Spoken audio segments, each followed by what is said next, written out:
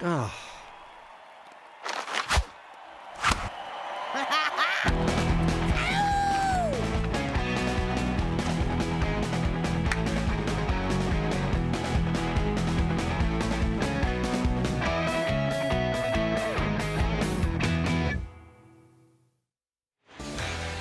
It's the sixth and final game of this week-long homestand. The Rangers with a chance to finish it off with a series sweep of the Baltimore Orioles if they can get another quality start out of today's starting pitcher, Kumar Rocker. The 26-year-old righty is looking to make his first career appearance against the O's. He's gone 2-0 in both of his home starts since the All-Star break. More than anything, he's just going to try to keep up what the rest of the rotation has done all of this homestand. In today's Shiner Box Spotlight, we take a look at the starting pitching stats from this week. In 5 games, you see the record there, 1-1. They have pitched 26 2/3 innings to the tune of a 1.01 ERA. You see a sub 200 batting average against and a 105 whip. You know, Skip Schumacher has said all season long that wins are going to come off the heels of this starting rotation. And boy, after a vintage DeGrom performance last night, it's hard to argue that point, Murph. Yep, Kumar Rocker is going to continue what has been a great run. Pitching wins, and hopefully it will win here in August and September. There's what he's done in 21 games, 19 starts overall, 108 innings pitched. The league's hitting .250 against him.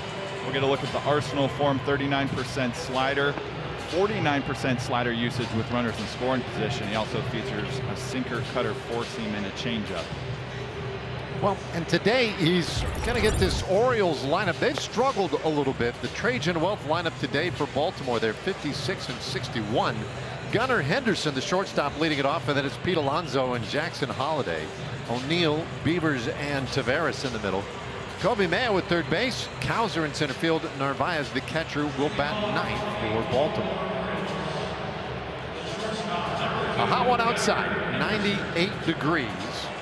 Outside today, but pretty comfy here inside. 74 air-conditioned degrees. As we wrap up a homestand today, the Rangers trying to go 5-1 on this homestand if they can pull this one off today. First pitch from Rocker, a swing and a miss by Gunnar Henderson. And with that, off we go. 0-1 to Henderson, 18 homers. 17 RBIs, and he's in a hole 0-2. Rocker trying to keep pace with the rest of his rotation mates. The Rangers rotation got a little deeper on this homestand when Cody Bradford returned after missing nearly 2 years. The 0-2, and that's down. Henderson lays off. Strikeouts have been a problem for the Orioles shortstop.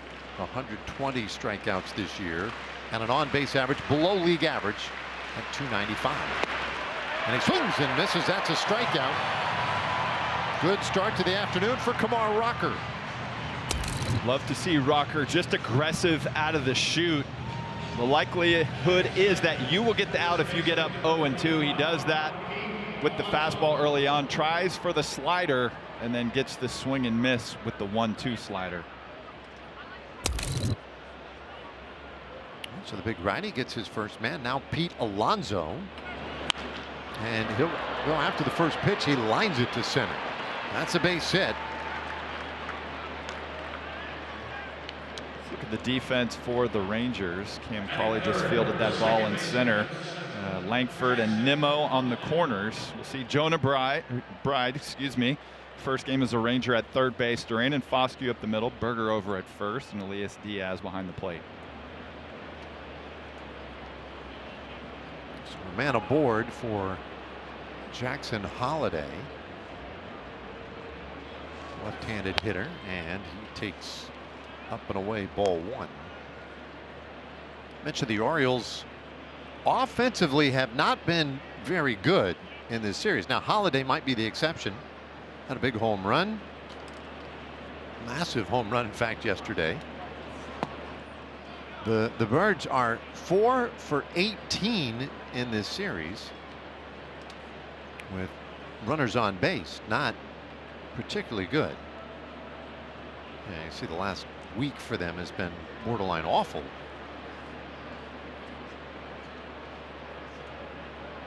Two-0. There's a strike. A good slider from Rocker. I think it's the difference right there in what a big league pitcher is able to do. You're used to fastball command, but slider command is so important if that's your main pitch, and it is for Rocker. You can throw it when you need to steal a strike early on or throw it below for the strikeout like we saw to Henderson. This one is wrapped up the middle. That's a base hit for Holiday. Alonso chugging around second. He'll go to third. The throw goes to second, but Holiday is in there with a double. Good hustle out of the box for Jackson Holiday. And you look at the positioning right there. You know, so frequently in Major League Baseball before shifts or abbreviated shifts, as you saw there, if it was a low line drive like that, you would not see a double in the gap. Now we are playing on a turf field. Holiday is running with his head up, and that's good hustle into second base.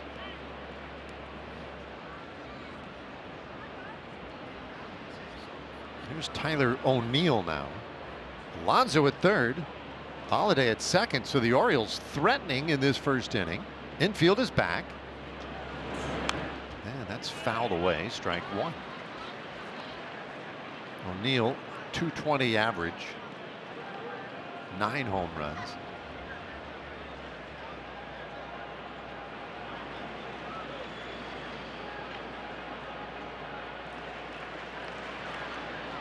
Here's the 1-strike pitch, and that's tapped slowly but foul. 0-2. Well, the Orioles, fairly young squad. They had added a couple of pieces in the offseason, and the thought was that they would have a really good lineup. And there was a lot of excitement about what they might be able to do this year offensively, but it is worked quite the opposite way. 0-2, and that's low. Ball one.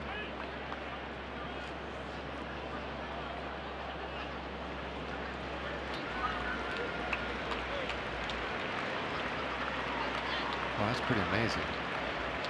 11 runs in a month for Baltimore. They've scored first in the 2 games of this series. There's a strikeout by O'Neill. And second strikeout for Rocker. Yeah, so often you're trying to pitch the contact, but this is an ideal situation for a strikeout. Kumar has that strikeout slider working in the first inning of this one. So now Dylan Beavers.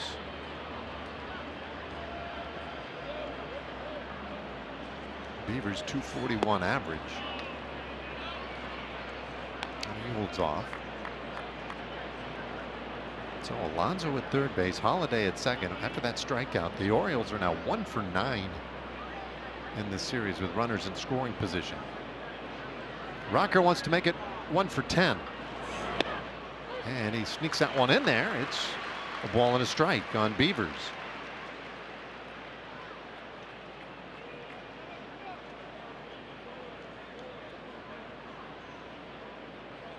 Beavers' numbers definitely improved since the All-Star break.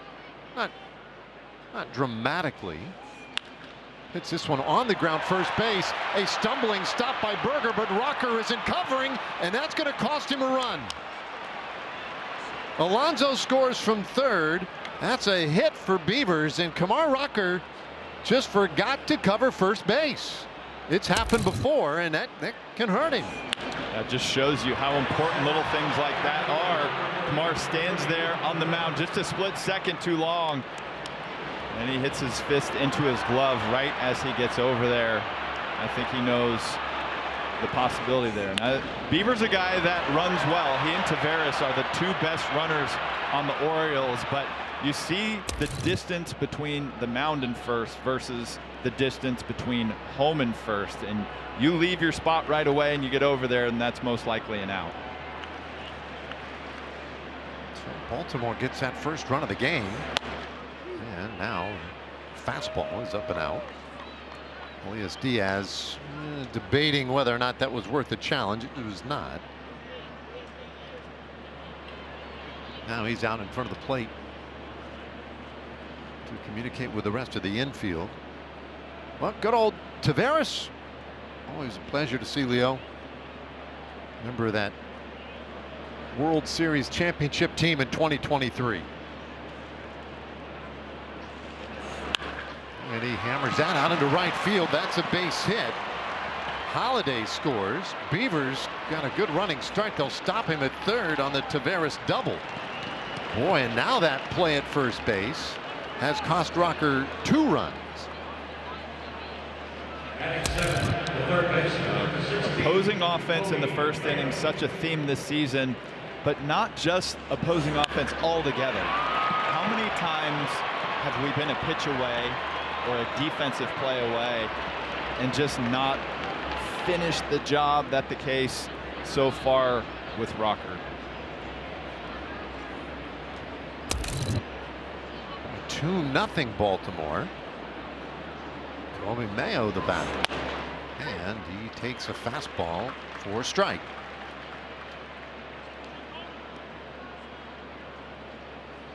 Right, there you see that first inning ERA for Kamar continues to be a bugaboo for him. This will be his 20th pitch of the inning now as well, and he gets that cutter in there for a strike. 0-2 on Mayo.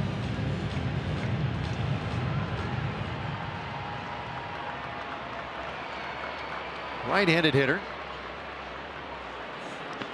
And he takes in the dirt. Good block back there by Diaz.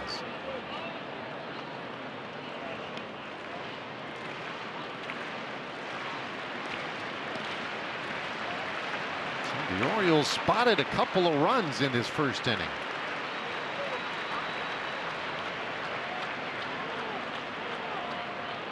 Time called by Mayo.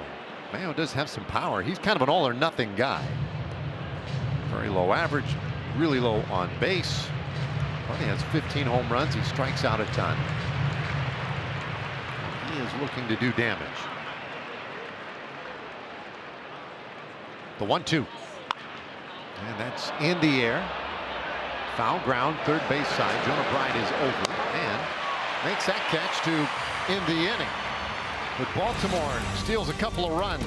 Rangers work cut out for him now. It'll be Langford, Seager, and Duran to start things off at the bottom of the first.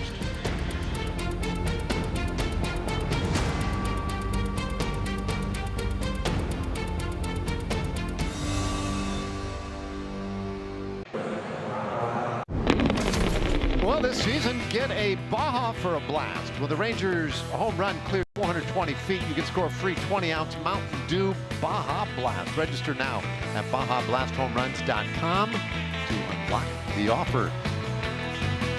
That was a Seager blast last night.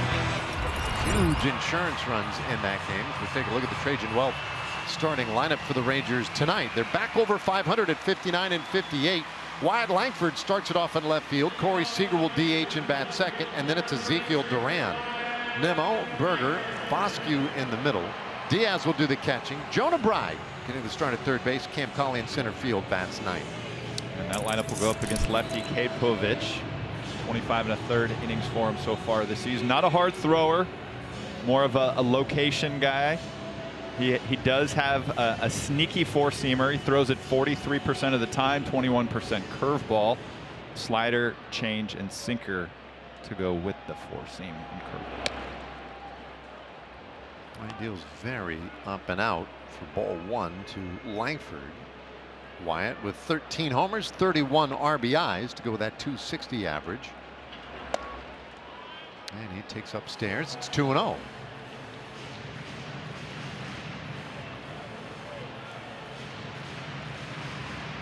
So Povich, just his 6th appearance this year for Baltimore, and he gets that one in there for a strike. 2-1. Spotted a 2-0 lead to start the game. And Langford lofts this one out into right field. That's going to hang up a while and allows Taveras to make the catch all the way. But Corey Seager now, and how about the big home run last night? 8th inning. At the time, it was a 2-1 game, and there's some questions about who the Rangers might turn to in the 9th inning. Well, that helped answer a huge question. Made it a 5-1 game.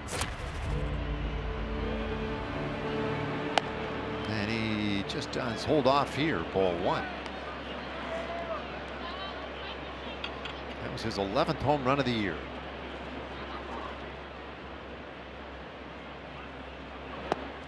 And that's low. We'll see how aggressive Povich wants to be today with Seager.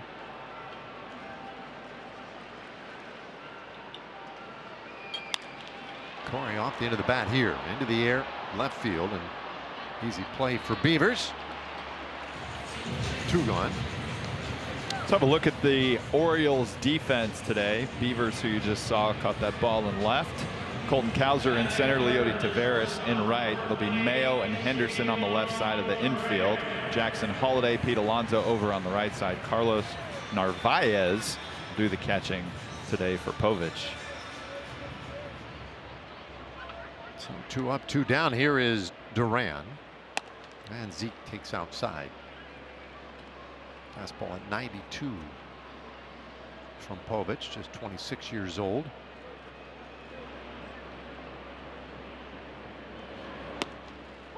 Works with some tempo, and he evens the count at 1-1 on Zeke. 1 for 3 yesterday. He's had a great homestand.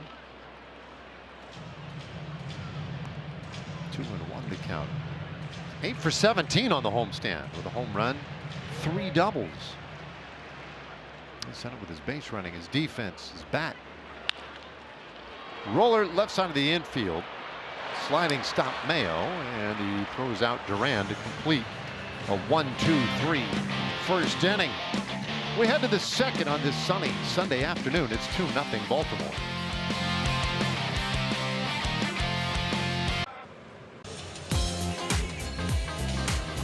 2-0 O's as Kumar Rocker gets set for the top of the second inning, and his fellow Vanderbilt alumni Jack Leiter gets set for a rehab assignment. Guys, the plan for Jack is to throw another live bullpen tomorrow, and then he will go out for a rehab outing. The plan is to have him throw 2 to 3 innings in his first rehab start. He won't go with the team on this upcoming road trip. The good news is he's getting close. The plan is to still stretch him out as a starter, and then from there, Murph Skip is just going to have some questions to answer when it comes to what happens with the rotation once Jack is back. Yeah, that's really good news. Obviously, getting Cody Bradford back this past week and seeing what he did in his start, that was really important. Cal Quantrill has really filled in nicely, but you get a healthy Jack Leiter back and that upper 90s fastball and the stuff that he features, that'll be a huge boost to the rotation. Rocker goes 2-0 here on Colton Cowser to start the second inning. 2-0 Baltimore. They were gifted a couple of runs in the first. That's 2-1. See how Rocker responds the rest of the way today. Cowser, his numbers don't jump off the page at you, but he's one of those guys, to me, just feels like he's constantly coming up with big hits against the Rangers. Here's the 2-1, and that's fouled away. Where some guys, they just stand in the box and they look hitterish, like he's that type of guy. And I remember watching him take BP in Baltimore last year, and he was hitting the ball as farther than anyone. So it's a guy that you don't want to make a mistake with in the middle of the plate. Rocker's 2-2, and it's pulled foul. Oh. Wait a minute, where's Michelle? Was right to her seat.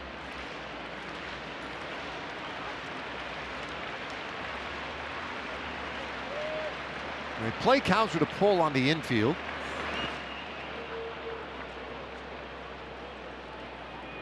Full count. I'll tell you, veteran play. Michelle knows when to leave the seat. I mean, that would have ended right in her lap. We would have tested her hands right there. Maybe she went to go get a glove. Smart. Cows are hanging in there. He's going to see a 7th pitch in this at bat. Here it comes. And that's deep out to center. Sends Cawley back, and he looks up. That's gone, and Cowser has done it again. Only his 9th home run of the year. But that starts the 2nd inning for Baltimore, and they have a 3-0 lead. That thing was crushed. Yeah, typically, if you look at home run totals through the season, they'll tell you what a hitter's capable of. And you mentioned just his 9th, but man, it takes a lot to leave in center field here, and he did it with ease. 442 feet. Man. Here's Narvaez, and he moves out of the way of a breaking ball. Narvaez, a 9th place hitter. Average just at 181. And he'll take in 2-0.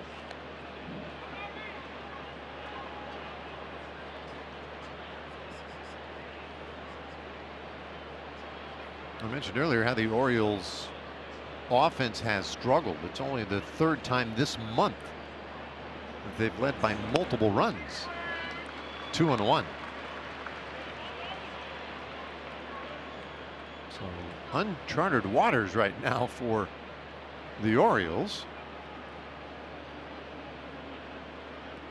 And that guy, man, I think he's close to now being certified as a Rangers killer. 2-1, and that's off the plate. Ball 3. Boy, Rocker not real sharp, and Dauber a little down, it looked like, after that last miss. That ratio not where he'd like it. Chopper, shortstop. And good play by Duran. And get Narvaez one away. Turns the lineup over and gives us a chance to slide over for Baylor Scott and White Health.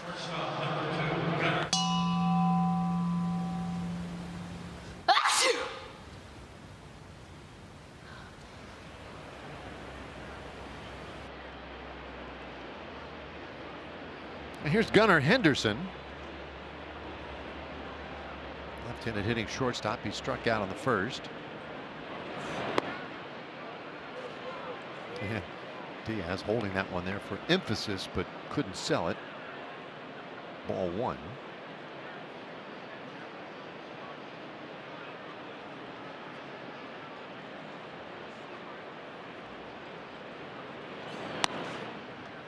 Two and 0. Henderson is hitless in the series.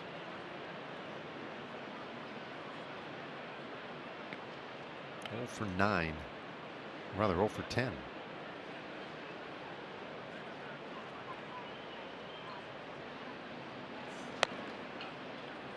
Rocker avoiding him. Falls behind 3-0. Yeah, I wonder if there's any correlation with Gunnar Henderson's season to this point in the WBC, and just all the early action and adrenaline that he got during the month of March. He takes a strike. Well, what do you think about that? I guess I can't really say specifically, since I never played in the WBC, right, but I can see where that amount of high pressure baseball early in the season could get to you and wear you down. I feel like an important part of any season, and obviously there are guys that struggle in the first half and they put together a good second half, but so many good seasons are based on getting out of the chute the right way, having a good April and May, and then just continuing to piggyback off of that. But if you're tired in April and you don't get off to a good start, it kind of is a tough foundation and a way to build your season. And did Did he also have a hamate issue? No, that was Jackson Holiday, I believe. Yeah. Would a guy be fatigued from the WBC? Is that enough to tire a guy out? Because that's outside. Ball 4. Henderson walks. Maybe not as much physical fatigue, but I think the mental fatigue right away. It's like you're playing in a World Series type of atmosphere. Or at least, like I said, what I've heard players talk about in interviews, they talk about it like it's a World Series type of atmosphere, and that can wear you down. Yeah, and I guess maybe you go from that, right? That intensity and the high of playing in the WBC in those meaningful games to games in March, right? Late March when the season opens. It's freezing outside because all those WBC games are either in warm climates or indoors. And so now you're playing in these freezing cold locales. The games don't have anywhere near the intensity. That's down the line. That's trouble, and that's gone. Alonso off that foul pillar.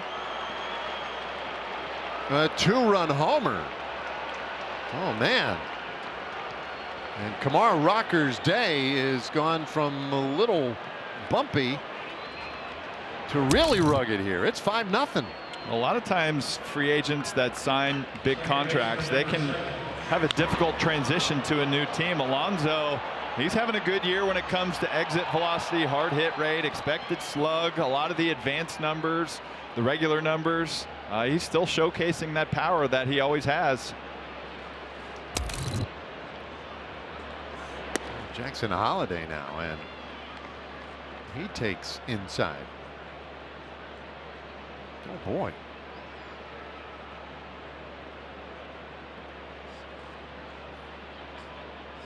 I mean, they'd scored 11 runs in a month. And now suddenly 5 runs here today in the first 2 innings. Yikes. Jackson Holiday had a double in the first.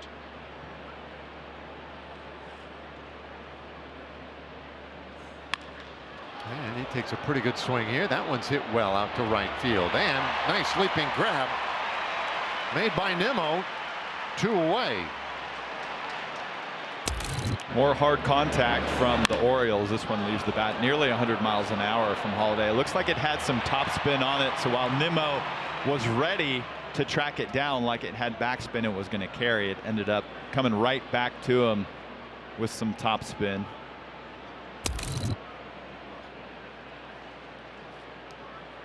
So 2 away now for O'Neill. Base is empty, and he moves out of the way of ball 1.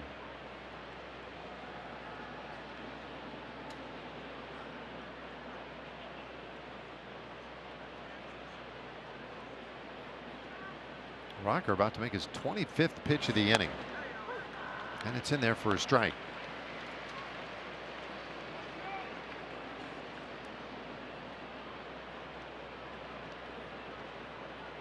Well, one mental lapse of covering first base. And you wonder how much that knocked Rocker off balance. It was the Dylan Beavers ground ball in the first inning. It should have been the final out of the inning, but Kumar hesitated for a moment before running over to cover first, and that cost him not only a base hit, but it brought a run in, and then he gave up an RBI double right after that. All of that shouldn't have happened in the inning. So then down 2-0. Second inning gets away from it. This was again back of the first. He just kind of asleep at the wheel. Uh-oh. Now it's too late.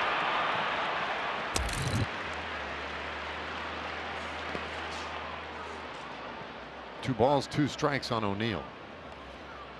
Well, and you mentioned this inning earlier in the inning that Kumar didn't really look that sharp. Well, he came out of the gate incredibly sharp. So, yeah, that's where you wonder if that little error, the mental mistake, got in his head a little bit and then affected, the results that we're seeing this inning. And making the mistake, no one's going to excuse it. It's not good. I mean, that is a really fundamental, very basic part of the job. So no excuses for that. But to let it then, if indeed the argument is to be made, to let it affect your next inning, that's where things really become problematic. Did he go? Yes, he did. That's a swinging strikeout for O'Neill, and the inning is done. 3 more runs for Baltimore. We've played an inning and a half, and it's 5-0 Orioles.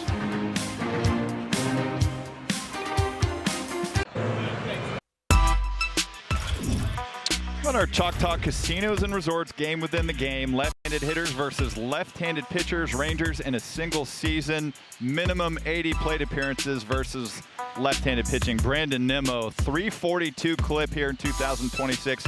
Pretty impressive. There's some cobwebs on this graphic. I don't think those are cobwebs. Yeah, look at those guys. Same guy. Same guy. Lefties crushing lefties. They're in the group.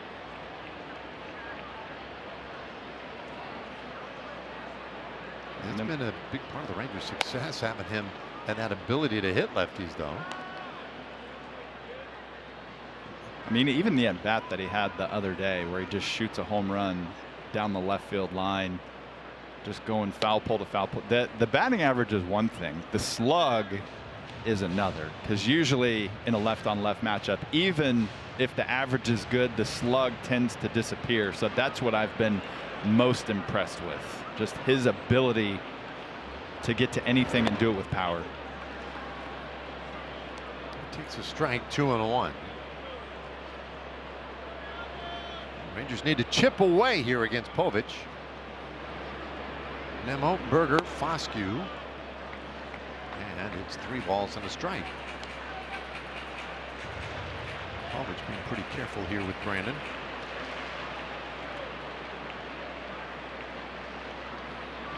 There it comes. And that's in there. Full count.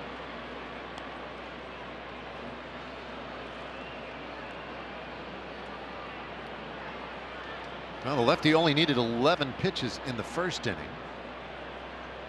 And his 3-2 fouled away. And this is where it gets fun, too, where Nimmo, it's a 3-2 count. He definitely has that ability to just sort of wear a guy down. He will foul off pitch after pitch. 3-2. We'll do it again. The half swing. Talking about a guy who knows his game. You know, there's a difference between going for the big time slug and then it's just, that one's about 60 yards out. You're just trying to get it close to the hole. Middle of the green. Here's a 3-2 and a little tapper that goes off his leg foul. So he'll see a 9th pitch in this at bat. Once he walks this off a little bit.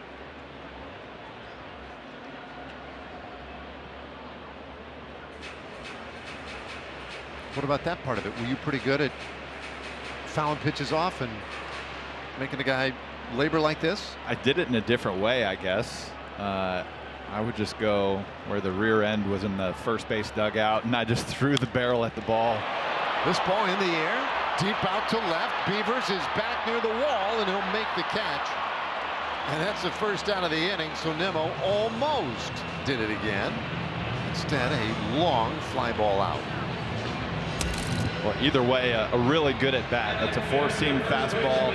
He just misses getting the head out. Catches it the slightest bit deep. Still with a good exit velocity.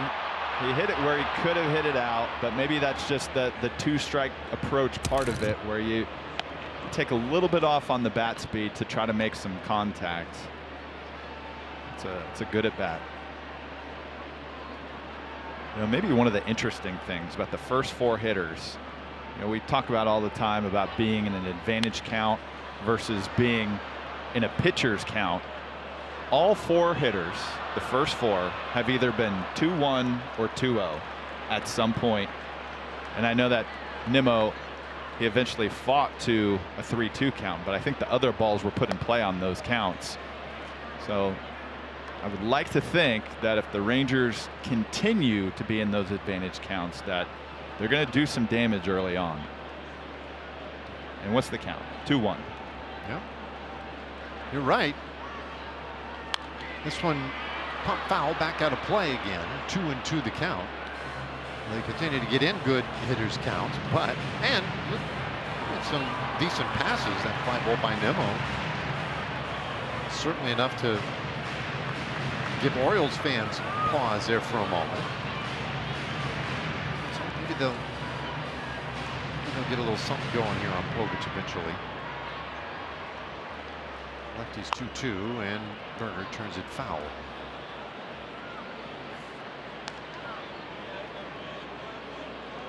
They got a long way to go. You don't have to get them all right here. But they do need to start creating some energy on the bases against him. Here's 2-2. Another pop up behind the plate.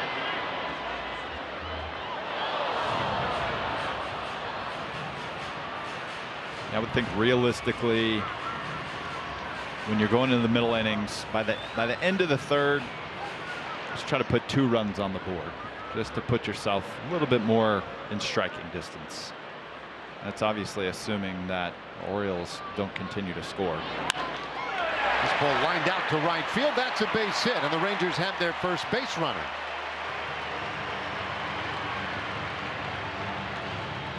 Well, the Rangers are doing a good job of having an opposite field approach. That's something that you want to do versus a lefty, and this looks like it's a sinking fastball, or a 2-seam fastball anyway.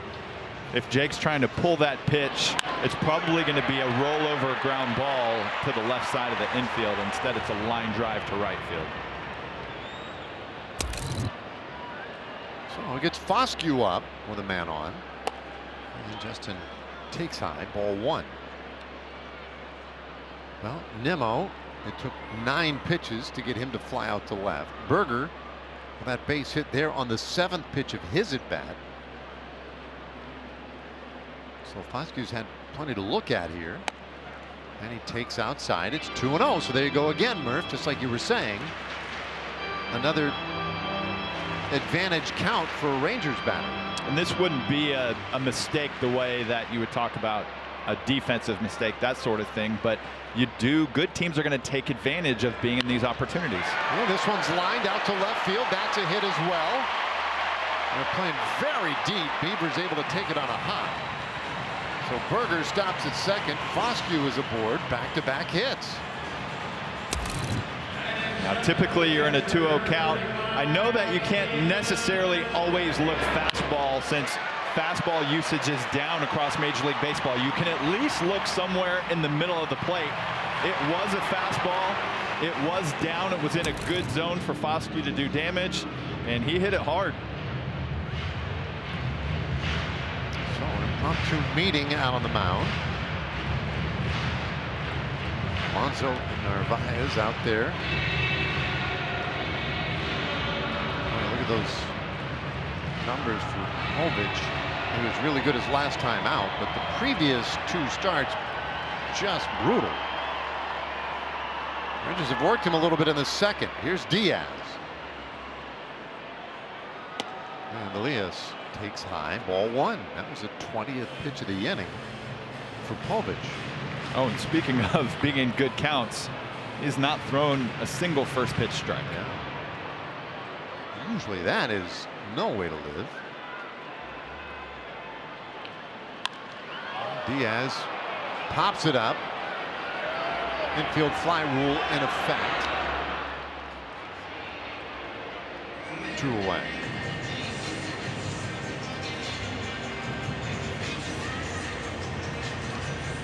So,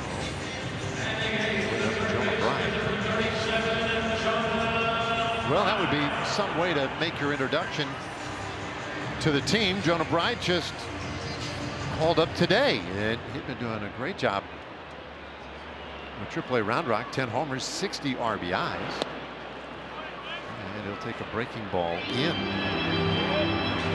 Walked more than he struck out. Just all in all, given tremendous at bats at AAA. Rangers hoping that a right-handed bat here can make a difference today. Inside. So again, 2 balls and no strikes. This is just phenomenal.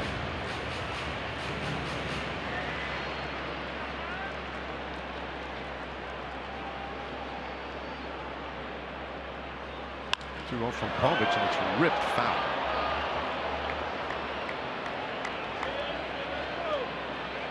That's a loud strike right there. The other note for Bride is against left-handers this year was hitting .388 at an OPS over 1100. A couple of men out there for him. And he takes a breaking ball for a strike.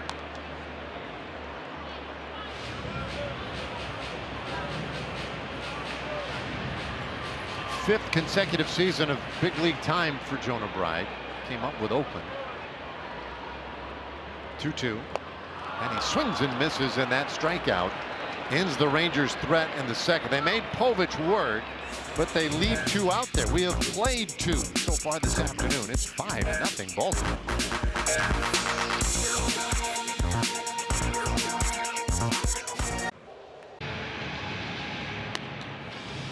It's 5-0 Baltimore as we get set for the top of the third. That guy right there on your screen is the winner for the Rangers of this year's MLB Alumni Association, Heart and Hustle Award. Skip Schumacher said that he is more than deserving because he's been arguably the MVP of the team this year because of his defensive versatility, the at-bats that he's taken. The base running last night ended up being a difference maker. He said he's very happy that he's a recipient, as a fellow recipient of that award in the years prior. He said that he hopes Zeke brings home the overall award as well. Yeah, pretty cool. I think it's voted on by alumni, so guys that have been Rangers in the past have gotten to look at Zeke and see that he's the guy that he hustles, he's put up numbers, he plays multiple positions. He is the perfect choice for this award. What a year it's been. Love to see him getting all the recognition. So well deserved is Rockers 1-1 to Beavers. That one is right on the corner for a strike. Beavers created all the trouble today with that bouncer down to first base with 2 out in the first inning and managed to reach despite what looked like a borderline routine out. Berger had somebody to throw to. The 1-2 pitch. That one is strike 3 called right on the outside corner. Another strikeout for Rocker. Yeah, he's used it in so many different ways today, and we're only in the 3rd inning. This is the backdoor version. He's thrown it below the zone for chase and for swing and miss, and he's gotten some early strikes with it too. And that is just dotting the pitch that you want to when you want to. So now Leody Taveras, and he bumps one right out in front of the plate. Diaz will make the throw to first, and they get Taveras. So 1 pitch out right there. That's a nice break. 2 away. Rocker could use an efficient inning to get back on track. He threw 22 pitches in the first, 30 pitches last inning. So if he's going to give the Rangers any distance at all, he needs, well, as an example, Mayo to be aggressive here.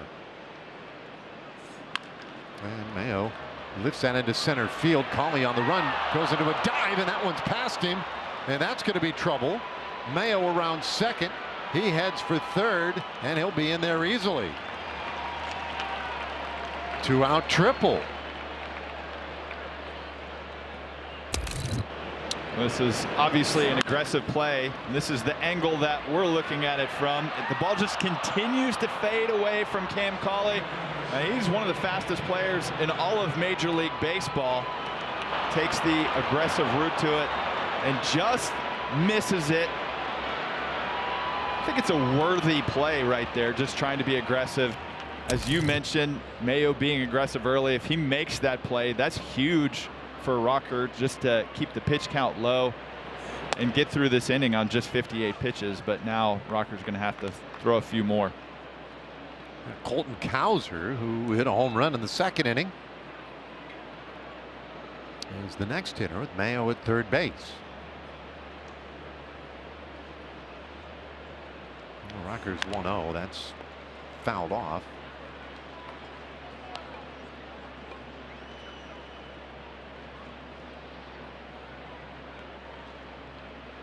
See the numbers for Cowser overall. And by the way, that home run, as you can see, 442 feet. That was as impressive as they come.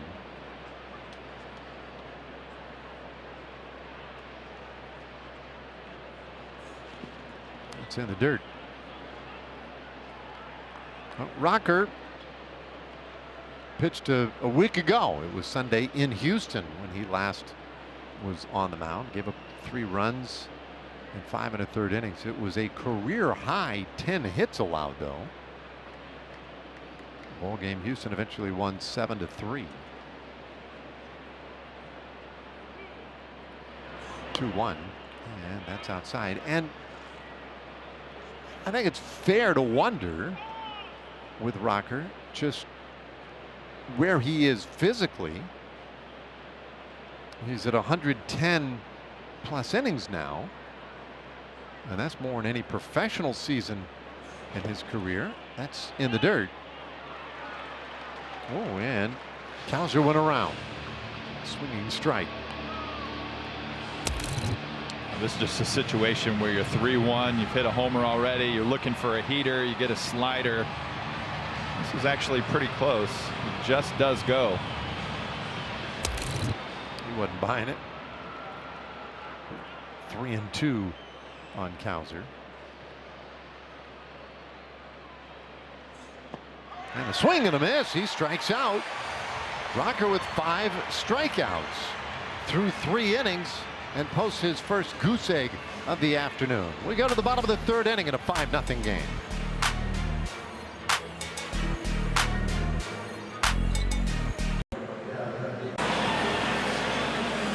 Looks like a good time to check out our TXU Energy Power Stats. Rangers since June 1st, 286 batting average versus left-handed pitching. That's 2nd best in Major League Baseball. 210 average versus the lefties before June 1st. 2nd lowest in Major League Baseball. That's quite a turnaround. You can point to this guy being back in the lineup as of late, Justin Foscue, and the type of energy and results that he was able to infuse. Even Jock Peterson, he doesn't typically get starts versus lefties, but when he has the opportunity to pinch hit late in ball games, he gets the job done. You look at Elias Diaz, that guy, Ezekiel Duran.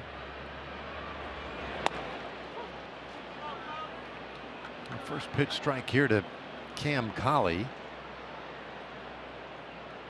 Rangers, though, very recently have been missing Josh Young's bat. There's a ground ball shortstop. Henderson is on top of it.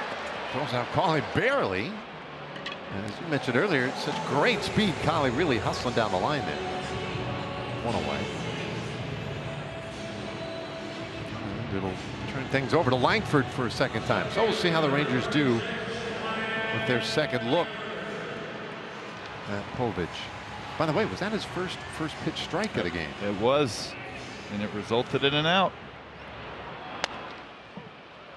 And now he does it again, gets one in there to Langford. Amazing, he nearly went through the lineup 1 time without once throwing a first pitch strike. According to those numbers, this will be the Rangers' opportunity to get to Povich.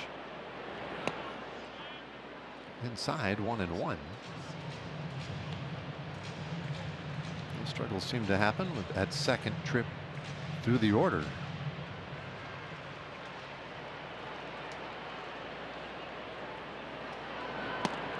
That's low. 2-1. Povich, his balls to strike ratio not very good today. But he's gotten away with it to this point.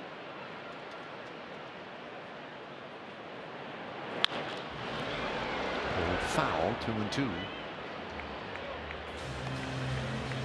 I guess maybe that's one of his plans. It seems like he lulls the hitters to sleep. He gets them into good hitters counts.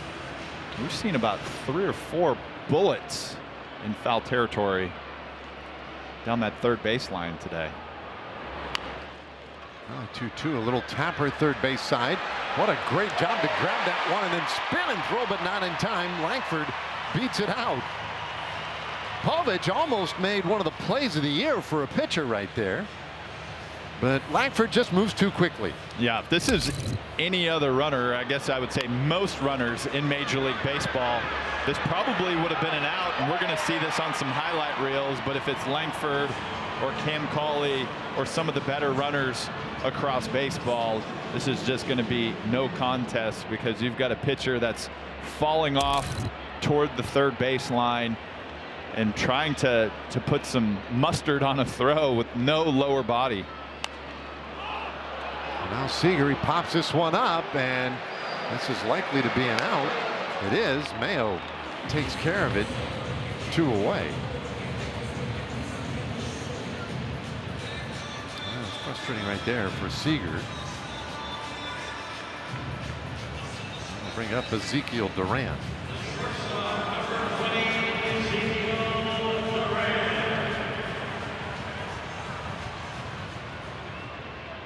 Zeke 0 for 1. He grounded out in the first.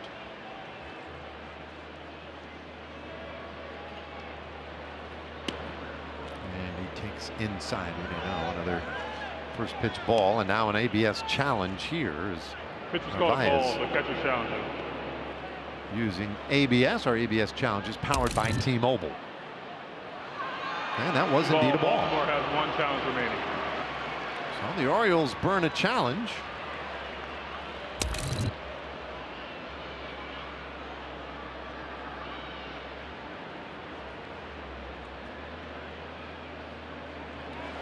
Quick toss over to first, and Langford nearly tangled up there. I don't think he was expecting that toss. It's that slide step pickoff type of move that can catch you off guard as a base runner. You expect the full leg kick. 1-0. Foul back.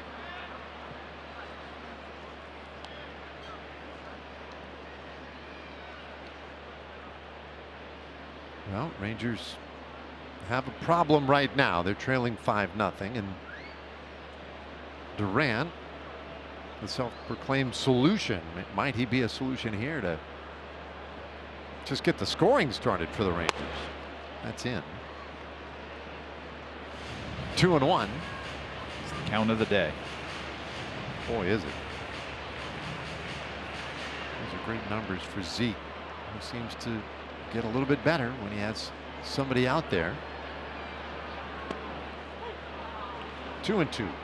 The curveball seems to be the rescue pitch for him, whether it gets him back in a count or has gotten him some outs, some strikeouts.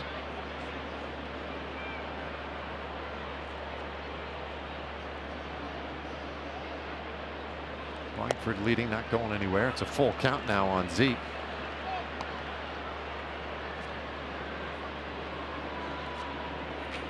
Well, just somehow, by hook or by crook, Durant could get on, give Nimmo a chance. He had a really good at bat in the second inning.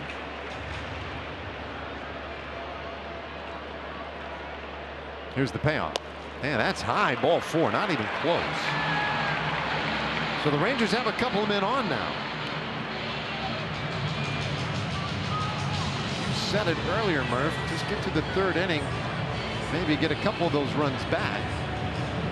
Let's say make it a 5-2 game, and then you feel like, all right, we're in this thing. Well, here's the big opportunity. Now you're in the spot in the lineup where you want to be. 934 OPS for Nimmo on the season. And he swings and blasts one center field. Cowser going back near the wall. Gone!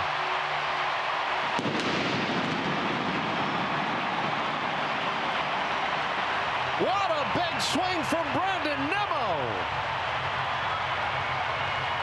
A 3-run blast, and we've got a new game. It's 5-3. Well, if the Rangers find a way to come back and win this game, we are going to look at this as a turning point for the Rangers offense. Putting these runs on the board early on. Povich has not gotten ahead of many hitters. Nimmo finally made him pay. Well, Nimmo just missed hitting it out in the second inning. He did not miss that one. My goodness. 434 feet. goes upstairs now to Berger. Ball one.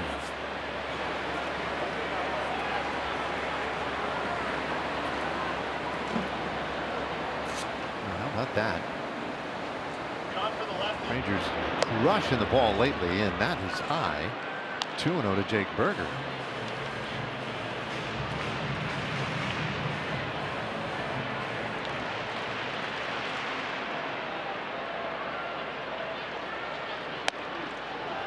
Three and 0. Oh, what a blast! What a blast by Nimmo. 434 feet. Means baseball fans score too. Unlock your free 20-ounce Baja Blast by registering now at BajaBlastHomeRuns.com. I think Michelle Montaigne scored as well. I believe she picked Nimmo before the game. That's outside. Ball four. Berger draws the walk.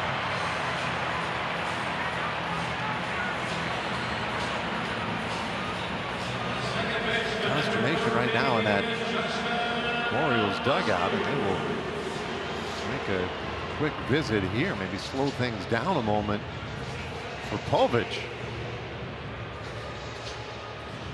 Oh, this is a rather direct and emphatic conversation happening. Two French out there, and he was like pretty pointed in what he wanted to say.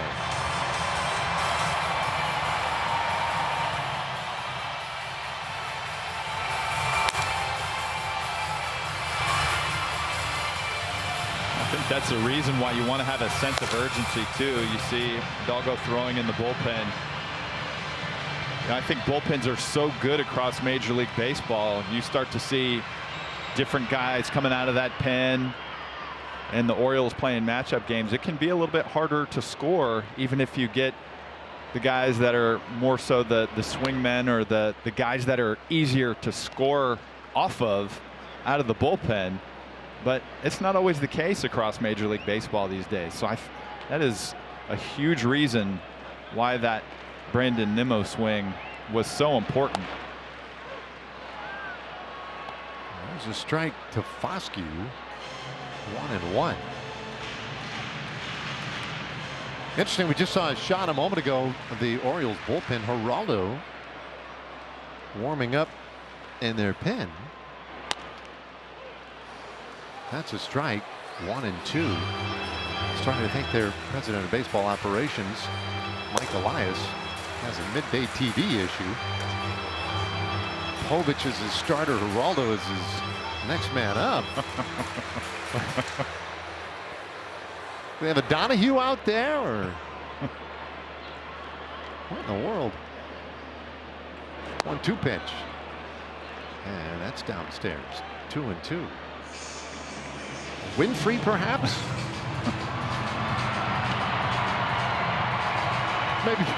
maybe a Jesse Raphael. All right, you get the point. Berger at first. 2-2, and Foscue takes strike three call. And the inning is over, so Povich with a big reveal gets through the inning. But Brandon Nimmo. Rangers needed a big swing today, and they get one early. A third inning, 3-run blast by Brandon Nimmo, and the Rangers right back in it. It's 5-3.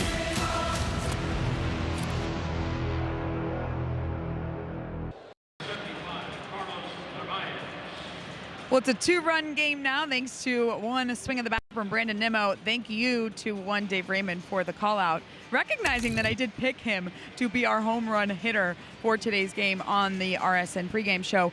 Guys, the reason I did that is because he is 18 for his last 29 against left-handed pitching since July 9th.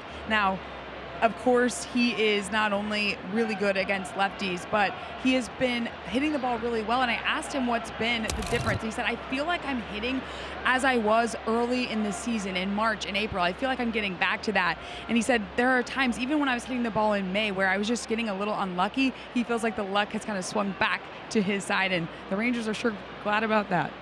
Overall, it's been a really good season for him. He has had some bad luck, and he did swing the bat well early, but if I heard that correctly, 18 for 29 That's a 620 clip. Even if it's a small sample at the big league level, that's just not normal. No, especially left on left. Left on left that's just something that you don't see every day. It just reminds me of the Major League 2 quote. That'll bring up Jack Parkman, who's hitting a little over 900 in his career versus Vaughn. It's about as close as it gets, really. Rocker upstairs goes 3-0 on Narvaez. So now the question is, we saw activity in the Orioles bullpen, and the question the Rangers may be asking is how much longer do they want to stick with Rocker? His 3-0, and that is in there for a strike. Jordan Montgomery has been loosening in the Rangers pen, so they may be looking for him to gobble up some of the bulk innings here. That's very high, ball 4, and there goes Narvaez. Not a good start to the inning. And Skip Schumacher, a little restless. I think he's had enough. So he heads out there, and after 2 trips through the lineup, Kumar Rocker's day will be a short one. 3+, and there's the signal to the pen. So for the first time this year, we will get a look at Jordan Montgomery. It's a 5-3 game in the finale of this series.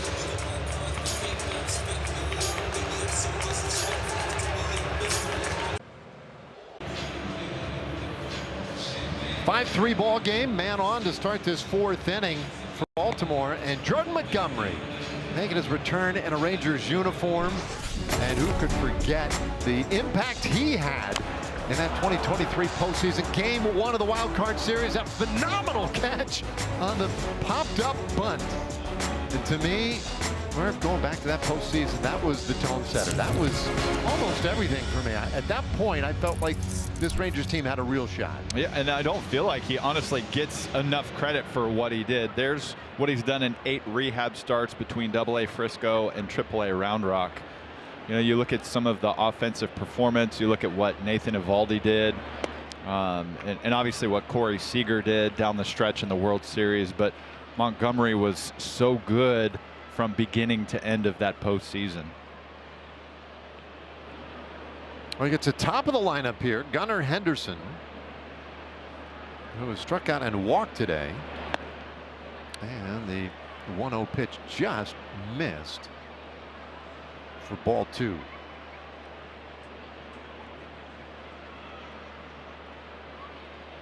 Henderson with the average now down to 214. Tough year for the young shortstop, and he watches one down the middle. 2-1.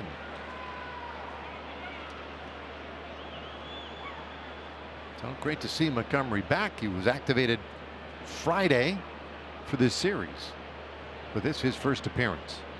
2-1. Check swing foul. The good news today is that not only can he come to this game and help out after your starter has to leave, but he can give you length. And he was stretched out in his rehab, so it's not unthinkable that he would go the rest of the way. I'm not saying that that's the plan, but it would be possible.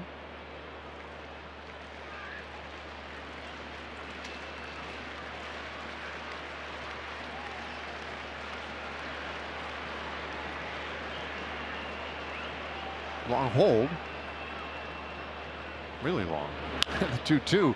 Bouncer right side of the infield. A chance for 2. Second one out. On to first, not in time. Henderson beats it out. 1 away. As he reaches on the fielder's choice.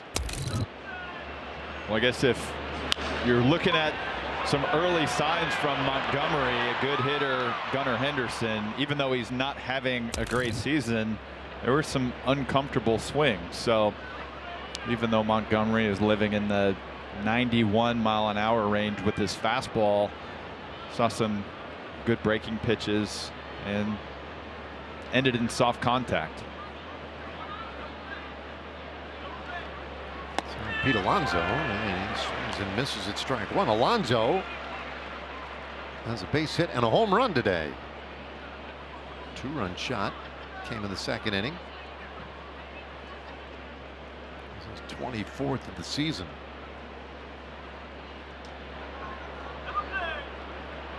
Met, now Oriole, and he pops this one foul over to the right side and up into the stands.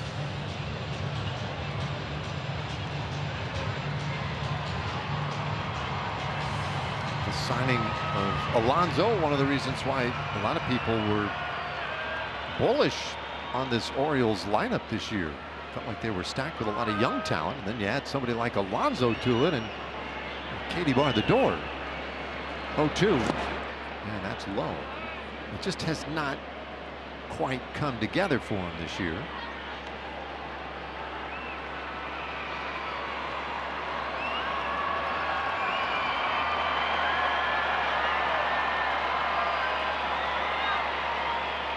And this is one of the better power hitters in the game since he came to the big leagues in 2019.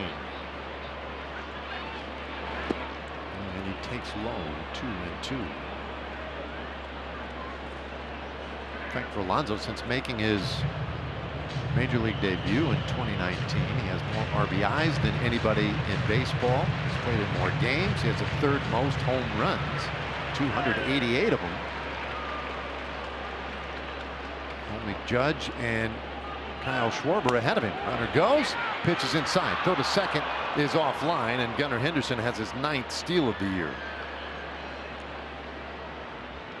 Well, this was a really good jump. Henderson trying to pick the right pitch to go on, and you could see him in the corner of your screen. He got a great jump. This was going to be no contest even with a good throw.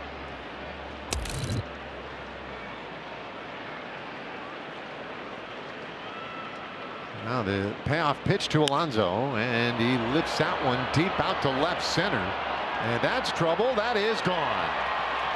Second home run of the game for Alonso. And it came on a full count pitch, and he gets a couple of those Rangers runs right back. Now 7-3. That's right. A big day for Alonso. We're only in the 4th, and he is 3 for 3 with 2 homers, an elevated changeup right there. Leaves the bat at 100 miles an hour, and with his type of power, he's no stranger to driving balls into any left center field bullpen. Well, these top 3 spots in the lineup today have been a handful. Now Holiday, he lines one out into right center field. That's a base hit. The top 3 hitters for Baltimore have scored 6 of the 7 runs. They've driven in 4 of them. 4 hits and a walk. And we're in the 4th inning. Pardon me, 5 hits and a walk. Now O'Neill, he's 0 for 2 with a couple of strikeouts.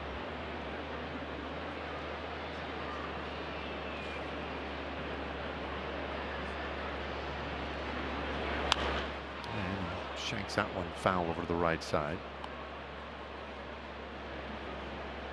For Pete Alonso, it's actually kind of hard to believe, but that's his first multi-homer game this year. Wow. Yeah. For a guy who hits as many as he does, and now 25 of them on the season. First time he's done it multiple times in the same game. That's ripped foul.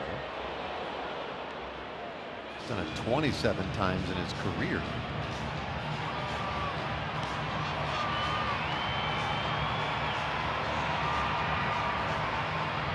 And that was a big one after the Rangers had just scored 3 runs to get back in and make it a game.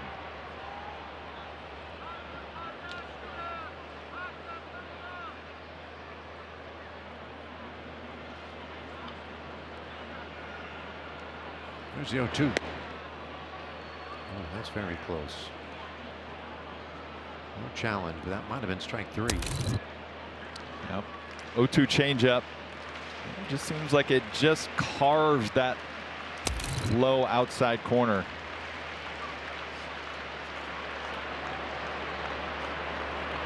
And that's fouled over to the right side.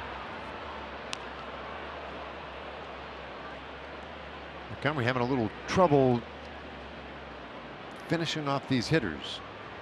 Got 2 strikes on Alonso. 2 strikes here on O'Neill. What he needs is a ground ball. First he'll check in with Holiday over there. Good job by Berger to make sure he got it.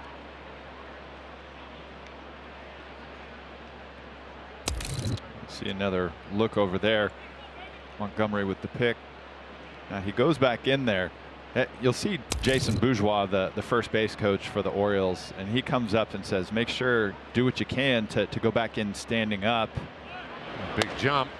Pitch is high.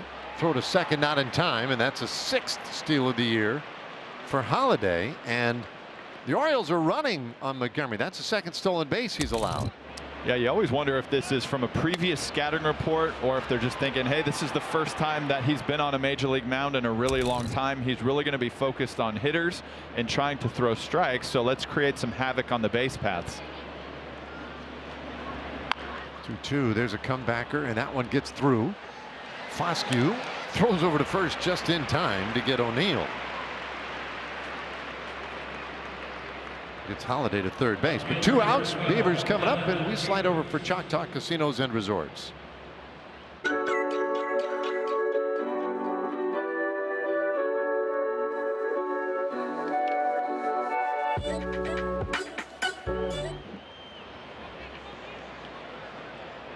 And so here is Dylan Beavers, 1 for 2. And he'll take right on the outside corner, strike 1.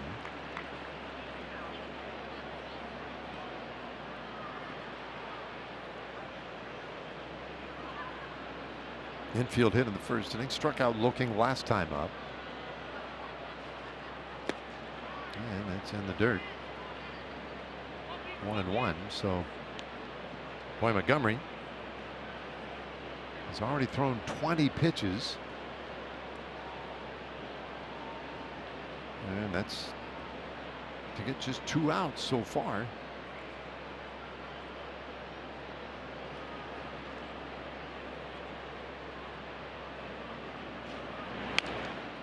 Back up the middle again, and this will be a playable ball for Duran.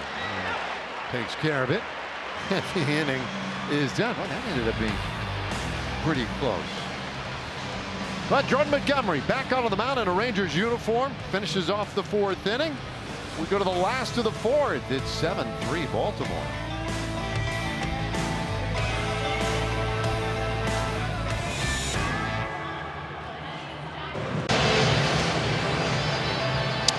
On our Ford leaderboard, Pete Alonso, just saw him go deep second one time today. Since 2019, which was Alonso's first season in the major leagues, he's played 1,125 games. That is tops on our Ford leaderboard. Matt Olson, Freddie Freeman, Marcus Semien, that's a familiar name, and Vladimir Guerrero Jr. right behind him. That's a first baseman on that list. Yeah, that's a good point. You know, it's interesting too there with the Olson, that 1,108 games. He's almost at 1,000. I think so. Yep. I saw or I heard something about that the other day. I don't know the exact number, but that's pretty impressive to get to 1,000. When it was brought to our attention a couple of days ago, maybe a week or so ago, I want to say it was right around 985. So he's getting very close to 1,000. Here's Elias Diaz to start things in the 4th inning. Rangers have more work to do, trailing by 4. And the new pitcher, Geraldo. Ramil Geraldo, his 6th appearance this year. And it is 0-2. I saw him in the bullpen an inning or so ago, and I said, Hidalgo instead of Geraldo. It's a good thing that school's starting this week. Need to work on my spelling and my pronunciation. Here's the 0-2. And that one is popped up. At the moment, I think it's going to be Alonso's ball, but Holiday took over. 1 away, and it brings up Jonah Bride. Rangers, they need base runners.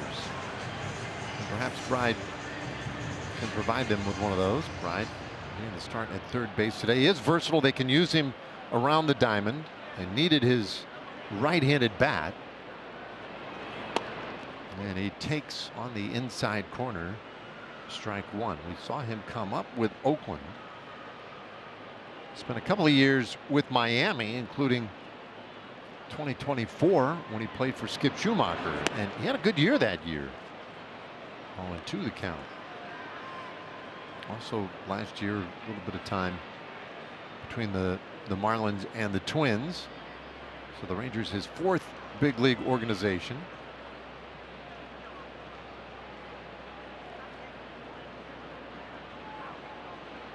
Oh, 2. And that's in the dirt. A swing and a miss. It gets away. Bride takes off running. The throw down to first is in time. And they get him. A strikeout. With the completion going 2-3. 2 gone. This looks like a good off-speed pitch right here. It's the slider. You see the spin on it. Good enough to where Bride doesn't recognize it out of the hand.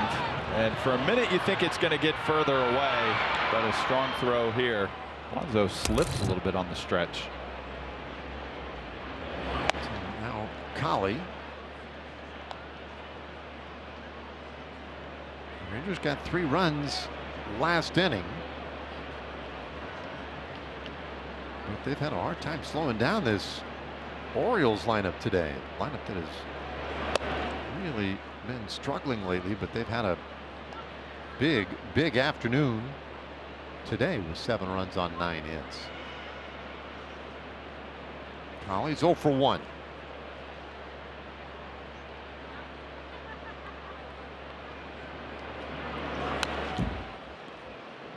Both starting pitchers managed to go 3 innings today.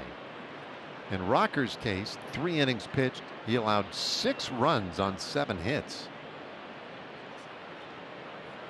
Couple of walks. 5 strikeouts for Kamar, but that's a rough one. 1-2 pitch, and Crawley lines that out to left field, and that one drops just in front of Beavers. He trapped it, and Crawley has a 2-out single. Well, that's good contact from Cam Cawley. We were hoping that we'd see something similar to when Kobe Mayo hit that ball into the right center gap, and Cawley was the one who made the diving attempt, and it got by him. With Cawley's speed, had this ball not been trapped and got by Dylan Beavers, Cawley might still be running right now. Yeah, with his speed, that is a huge weapon. So really pretty good job by Beavers to make sure that did not get past him.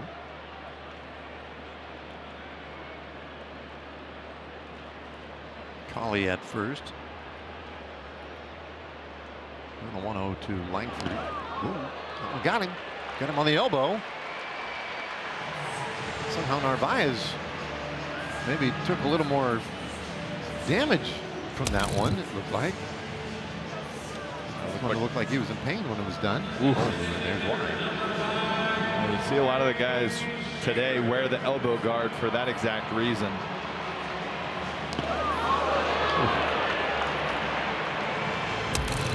Well, this is another situation where you've got a really good run producer at the plate with multiple men on base. Rangers took advantage with Nimmo up there. We'll see what they can do with Seager. And he watches off the plate. Langford hit for the 3rd time this year. And the 2nd game in a row. Now, all the infielders back. Nobody worried about any of the base runners.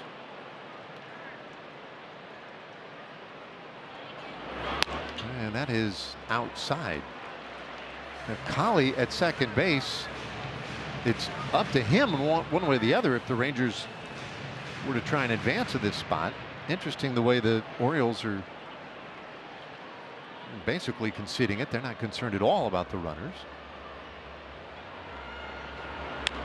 Seager hits it in the air out to right field. Taveras though has room, and he'll make the catch. Right off the end of the bat. So the Rangers leave a couple out there, and we'll go to the 5th inning this afternoon. It's a 7-3 game.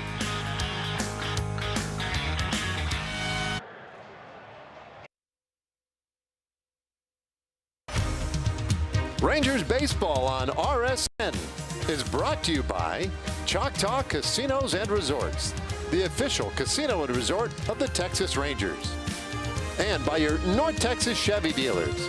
Chevy drives Texas. All right, Rangers, Orioles, one last time this year. Jordan Montgomery goes to work, and I think it's Tavares to swing and miss at strike one. It'll be Leody, Tavares, Kobe Mayo, Colton Cowser in the 5th inning.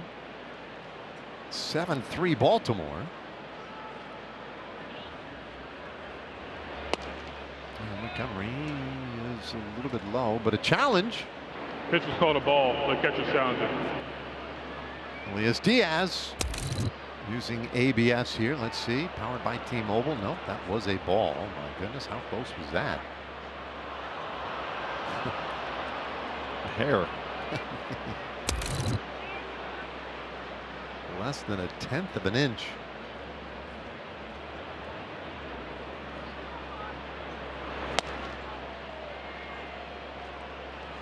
Check swing. 2-1 on Leody.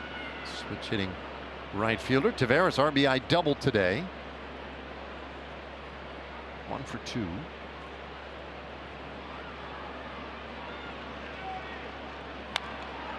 fouls that one back. 2 balls, 2 strikes.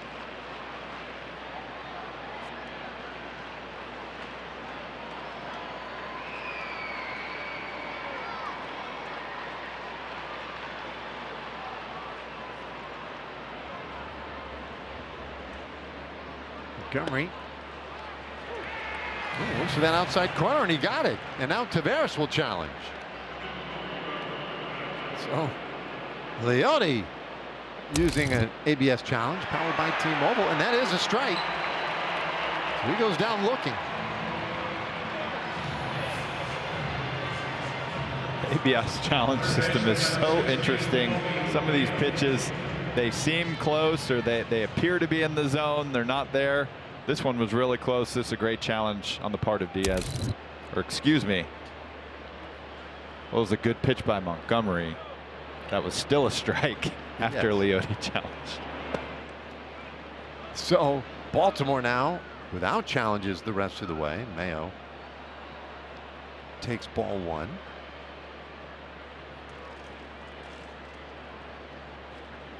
We saw that the other day. What was the Giants?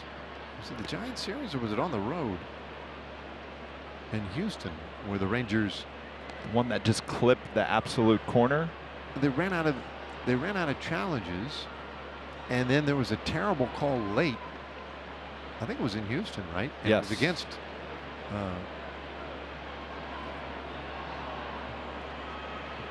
Was it against Nicky Lopez? Maybe a strike 3 call on a pitch well below the zone, and the Rangers had no recourse. No, I think it was in Houston. Okay. And then we had the 7th inning stretch, and God bless America, and Skip was in the middle of an argument about it, and then they stopped for God bless America, and then they started up again. He got ejected. Here's a high fly left field, and that's going to be playable for Langford. Mayo flies out 2 away, but anyway, it all really came from the fact that the Rangers, they had no challenges remaining. There was nothing Lopez could do at that point. Just now it just feels, you just feel so powerless, and it's a horrible feeling when you have a call like that late. Colton Cowser, big home run in the 2nd. And Montgomery misses wide. Ball 1.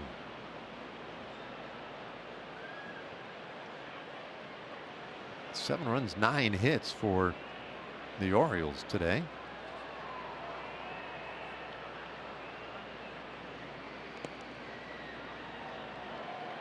(2-0). The way things have been going lately for the Orioles, it's a dizzying number of runs.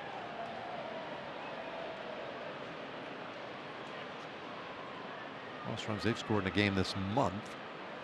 Got to go back to July 29th. Last time they scored as many as 7 runs in a game. They went extra innings, 12 innings in fact, at Detroit. This one lined out into right field. Cowser is on again, and he'll have to settle for a single. That ball got all the way out to the warning track, but because of the way defense is set up now, that's kind of meaningless. It's just a long single, which is important with 2 outs. Don't really have a chance to take an extra 90 feet.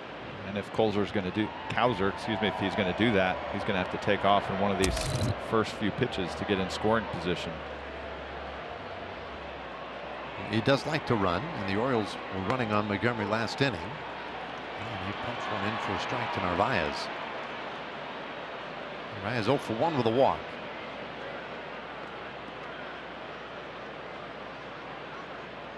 Pretty healthy number of 2-out hits right there for Baltimore.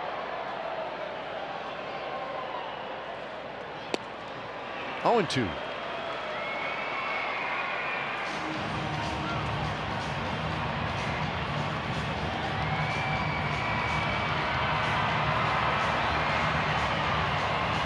Fans trying to get Montgomery to the finish line in this 5th inning. Came in last inning.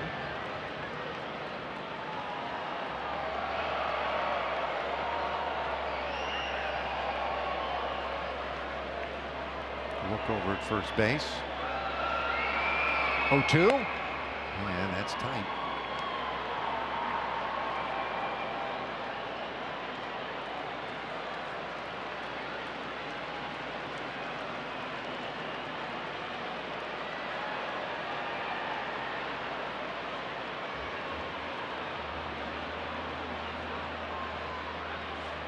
No going again to get first base. This one lined to center field. That's a base hit. Collie takes it on a hop, and they will stop Cowser at second. Back-to-back 2-out hits.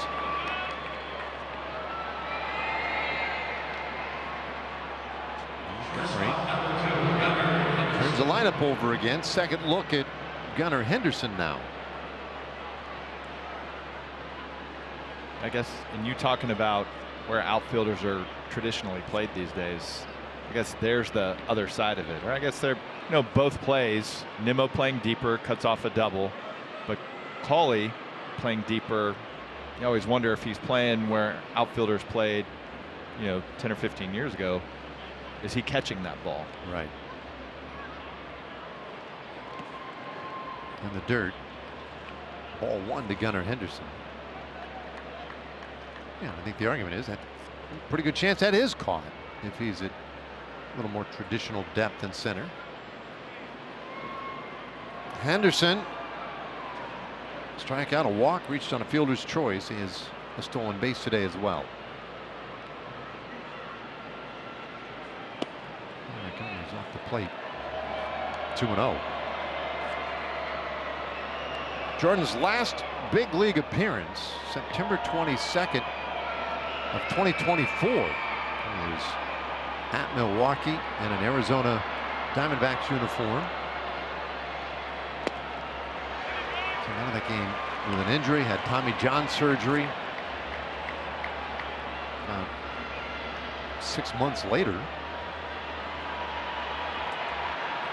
rehab with Arizona and Milwaukee last year, signed with the Rangers this year just before spring training. 2-1. Now even the count, but this is his first time back. And it is a long journey back from Tommy John.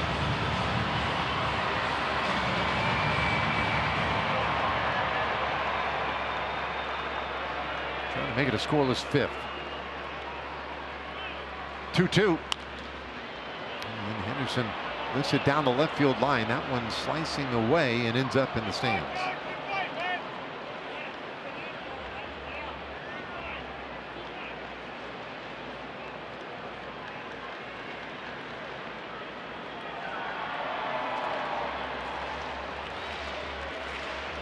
Long at bat. And one of these Orioles hitters today, they've been really tough.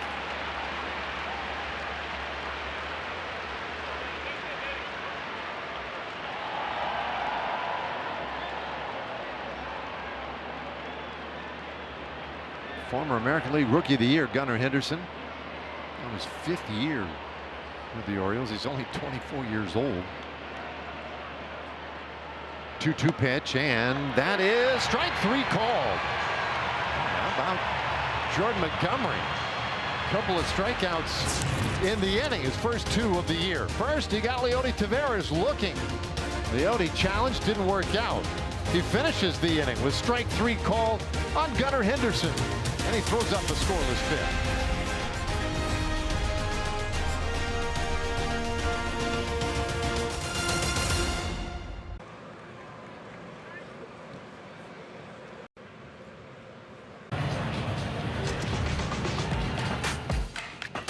Ezekiel Duran getting ready to lead off the bottom of the 5th. You know, this winter ball, this last winter, he played for Luis Ureta in winter ball, and he told Skip going into spring training, I promise you he is going to hit this year.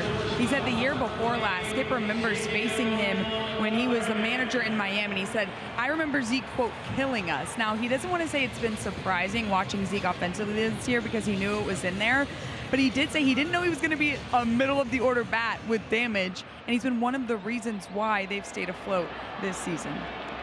Yeah, I mean, I guess depending on how you look at the statistic wins above replacement, which is known as WAR, Zeke's at a 3 if you look at the baseball reference page, and that's pretty impressive.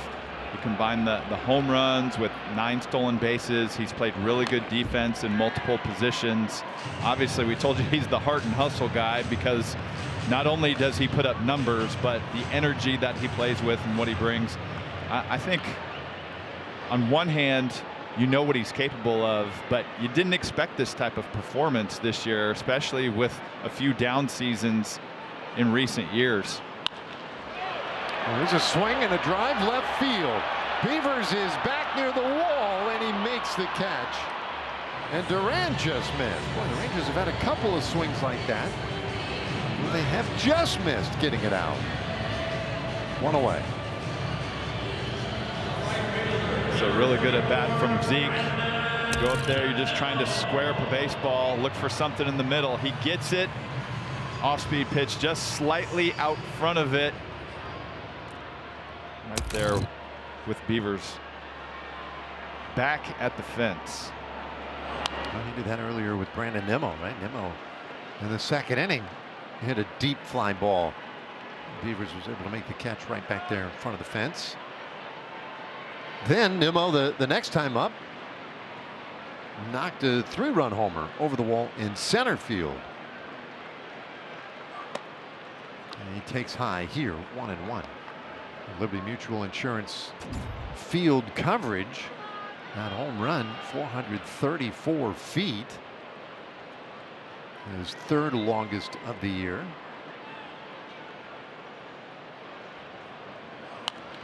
Oh, that's fouled back. Kind of impressive. That was only his 3rd longest. That's a pretty good poke.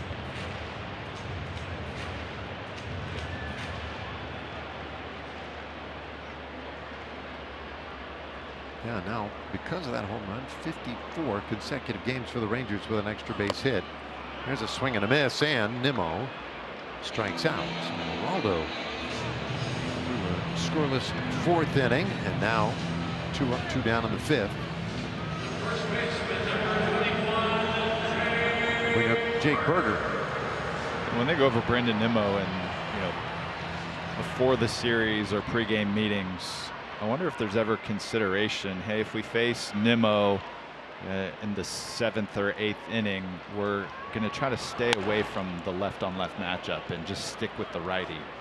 You know, I know that it's not a typical thing. Yordan Alvarez is a guy that we see so frequently with the Astros, and he cleans up left-handed pitching. Corbin Carroll, a guy that we saw earlier in the season, and usually we still see the matchup play out where you go to the lefty in the bullpen late in the game, where I feel like managers just need to use their gut more and just say, hey, he's not having as good of a bats against right-handed pitching. Let's just stick with the righty here. 2-0. It's like you just don't want to believe the reverse splits. You look at him, you're like, yeah, well, and then you come up with a rationale. Small sample size, whatever. But I'm with you. And the 18 for 29 number, that, like, I wonder if other teams know that they should, obviously, but you never know exactly what the numbers are that create the decisions that they end up making. Well, we've talked about it too recently. It's not like it's bad contact, like just flipping a ball the other way out over shortstop. I mean, he's driving the ball against lefties. That's a little low. And ball 4. Berger takes the walk here in the 5th inning. Second time he's walked today. Brings up Justin Foscue. Now it's a 5th inning. Rangers are down 4. You do just start to feel with each inning like it's kind of critical to cash in a run or two. Foscue takes right on the corner, strike 1. I feel like it's a very similar spot to how we were talking in the 2nd inning. I feel like you're in the middle innings. Before you get to the 7th, you would love to see the score be at least 7-5.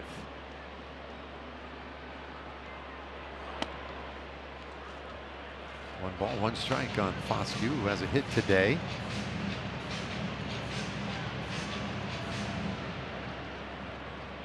In there because of the left-handed starter, stays in the game, even with this right-handed reliever. 1-1 pitch, and he swings and misses strike 2.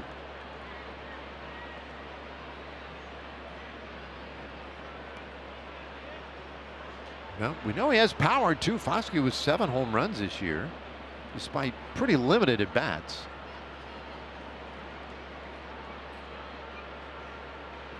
A 1-2 pitch. And that's high.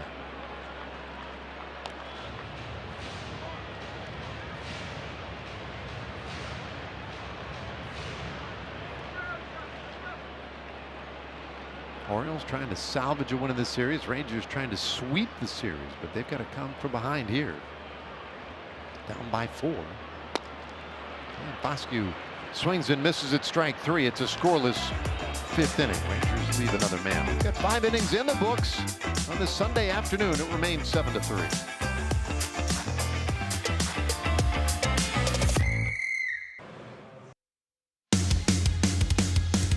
Time now for our Baylor Scott and White health game diagnosis. Pete Alonso, he is locked in today, unfortunately. 2 homers, 3 hits altogether. He's had some good at-bats. But the thing that he has done since he broke into the league is hit the ball and hit it with power. 6 seasons so far in his career with 30-plus homers, and now he is 5 away from his 7th.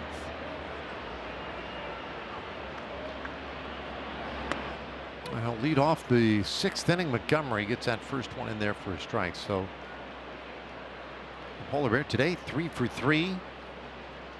2 home runs, 4 RBIs. And he takes inside. 1 ball, 1 strike.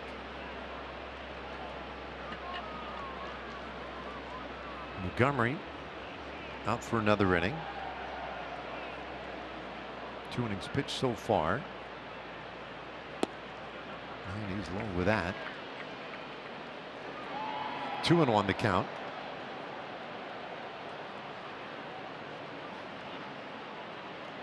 Tough start for Kumar Rocker. 6 runs allowed in 3 innings. Walked 2, struck out 5. And that's low. 3-1.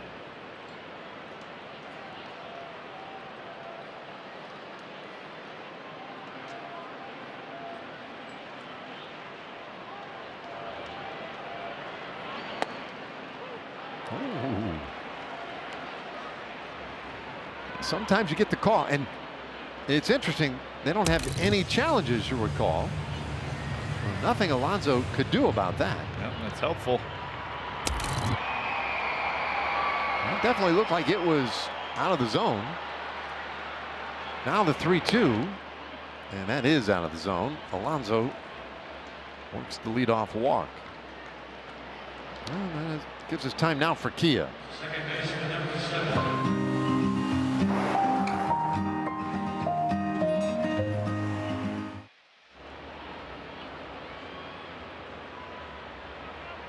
First walk allowed by Montgomery.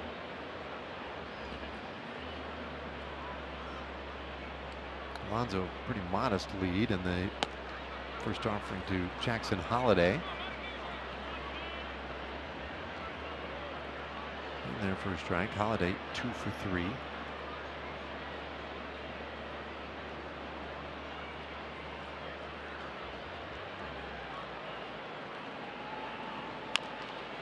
Bouncer right side. Foskey will go to second for the 1 out, and no return even offered. No chance in beating Holiday on that one. So another 4-6 fielder's choice. Saw a similar play in the 4th inning where Gunnar Henderson hit one to second base. So 1 out. Here is Tyler O'Neill. O'Neill, the only Oriole so far who has not reached in the game. He has struck out a couple of times, grounded out once. And he takes outside, ball 1.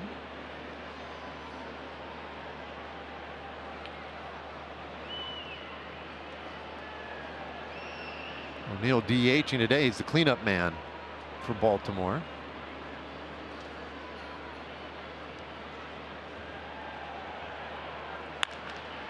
And he hits that ball hard. Deep out to center. Cawley is back, and that one is gone. And so O'Neill now has reached like every one of his teammates. This one, a 2-run homer, makes it 9-3 Baltimore. And we've seen some home runs today. We've seen some big home runs. That's 425 feet. Yep, they all count the same. It's fun to watch when there is some distance, especially if it's your guys. Unfortunately, Baltimore Orioles are just teeing off today. This is their 4th home run of the ball game. And they are just getting after pitches in the middle of the plate.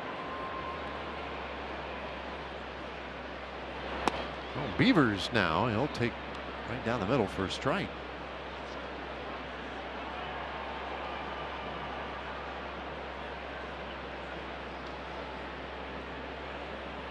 The Orioles, they came into today's game 5 games under 500, 56 wins, 61 losses.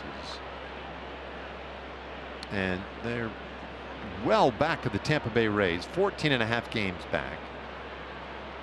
Now that's the striking number right there at the bottom of your screen. 9 runs today after scoring 11 in the previous 7 games. They just busted out today.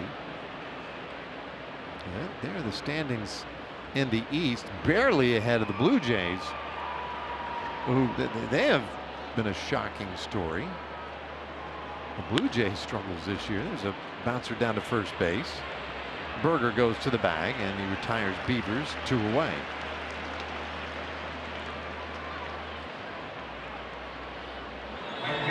Those offensive numbers are the flip side of Rangers pitchers. They allowed just 6 runs during their 4-game win streak, and they have allowed 9 today. And you kind of look at what they did over the course of the last road trip through Tampa, through Houston.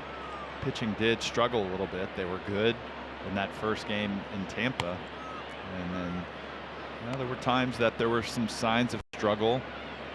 And Tampa has shown to be a good offense this year, so has Houston, but it's kind of just that roller coaster ride that you get on, where you'll see some streaks happen offensively, defensively, on the mound, whatever it is.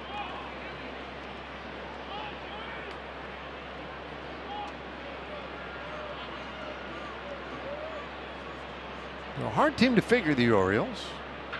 The way things have gone, not just this year, but in recent years, really. The pitch to Taveras popped up right side. Berger waiting on it, and he makes the catch. The inning is done. Orioles, though, played a couple more on the 2-run homer by Tyler O'Neill.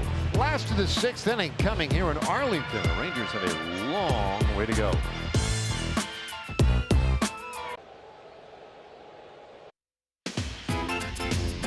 I do always love this one, led by Evan and Kaylin Carter. This year's pet calendar features players alongside service dogs as well as their personal pets. Proceeds or sales of these calendars benefit Patriot Paws Service Dogs, which provides service dogs at no cost to disabled American veterans. The price is $25 plus tax. Calendars available at the Grand Slam Team Store and at Rangers.com/petcalendar. Great item, great gift item as well. So you might start thinking ahead. So we go to the bottom of the 6th inning. Rangers in a deep hole today. And this would be some kind of crazy comeback if they could pull it off. Alex Hoppe, the former Mariner, now Oriole, is on for Baltimore. 5.65 ERA for Hoppe. 11 walks, 34 punch-outs.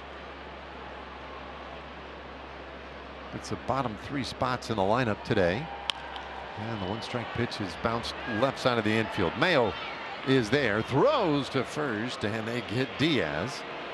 One away.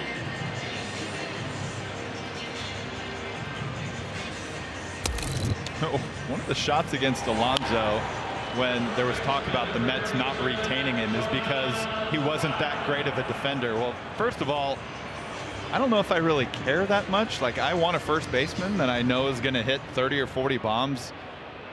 But he does bring some defense also. This is a nice pick. Yeah, that was a nice play. And now Jonah Bride, who is 0 for 2 with a couple of strikeouts today.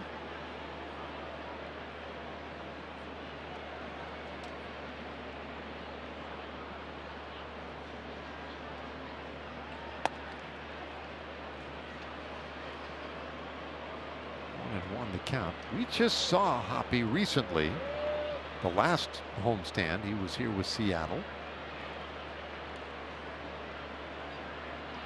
And his 1-1 to Bride. That's fouled straight down. But then Hoppe traded to Baltimore, along with a couple of minor league right-handers, for Taylor Ward, the outfielder who went to Seattle. Bouncer, first base side, and that one's through. Jonah Bride is aboard. Rangers have a base runner in the 6th inning.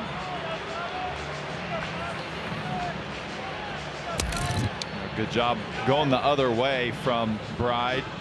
Like a naturally cutting fastball with high velocity, 99 miles an hour. Just shoots it the other way, finds a good hole. You see Alonso playing way off the first base bag.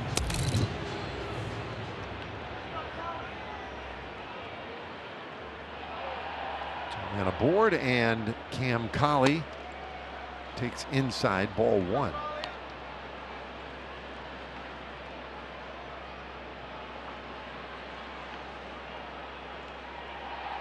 Base hit his last time up, grounded out his first time in.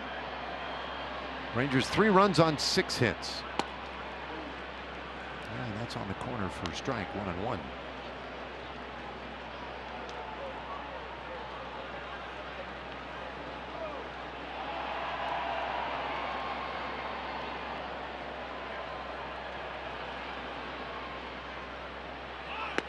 Colley thinking about butting his way on, instead offers it strike 2.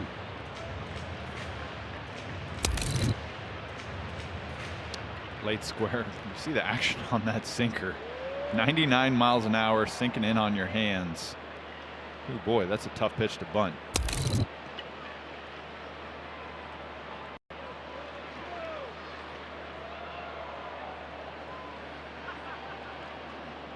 Bride off first, not a huge lead. 1-2. That's up. Well, Rangers just trying to battle their way back. Get some base runners. Let's see if they can run into 1 or 2.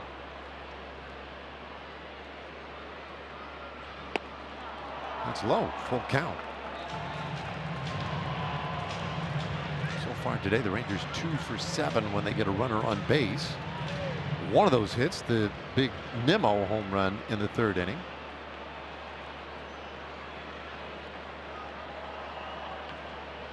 Hoppe's payoff. And a little tapper slowly hit toward third. Mayo on the run, won't have a play, and everybody's safe.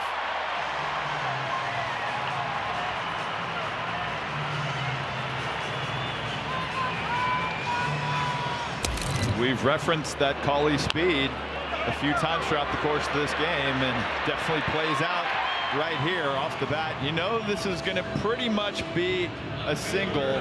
Mayo does his best, but I think he and his defense were pointing towards second base. They know that there was no play at first. You look at that sprint speed, 30.5 feet per second, tied with Henry Bolt for best in baseball. Well, here's a soft liner first base, and that is the second out of the inning. Rangers probably lucky that there's just one out. Soft enough liner, though, that it would even get back. All right, well, it's the second time today where we've had a situation like this for Corey Seager. That is to say, he's up with a couple of men on. He got one off the end of the bat in the fourth inning. Otherwise, a couple inches down on the barrel, might have gone out. There's the bouncer's shortstop, and they force out Cauley, and that ends the inning. So Seager's about a quick one. Rangers leave two more. That's been a problem today. We go to the seventh inning. It's 9-3.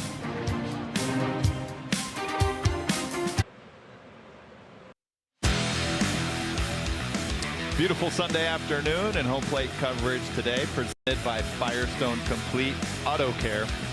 We were talking earlier today, would have been cool to have this cam in place on Friday night as part of the national broadcast that was here during the late inning play from Nimmo to Nicky Lopez to that man right there, Elias Diaz, made a nice pick and tag of Leody Taveras, who was trying to score from first, and ended up being a pretty big time play. Here it is right here. Ball shot into the right field corner, bounces right off. There's Leody trucking around, and Nicky Lopez. That is a difficult play right there, and I think that impressed me the most. Diaz has a base runner bearing down on him, and he's got to pick a ball in the dirt and also make a tag, do multiple things in a split second, and does so to save the game.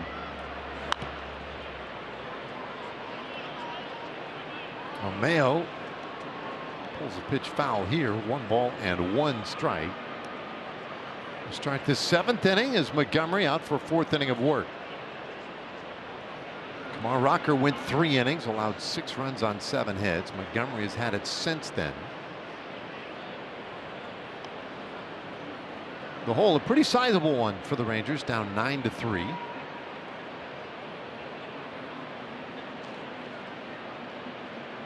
He's 62 pitches into his afternoon. Deals a little bit up here.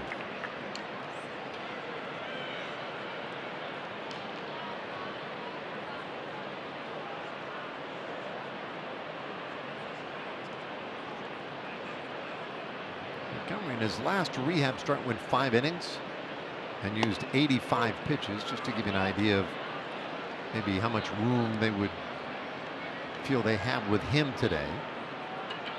2 balls, 2 strikes. Mayo, Cowser, Narvaez here in the 7th inning. The 2-2, and that's fouled away.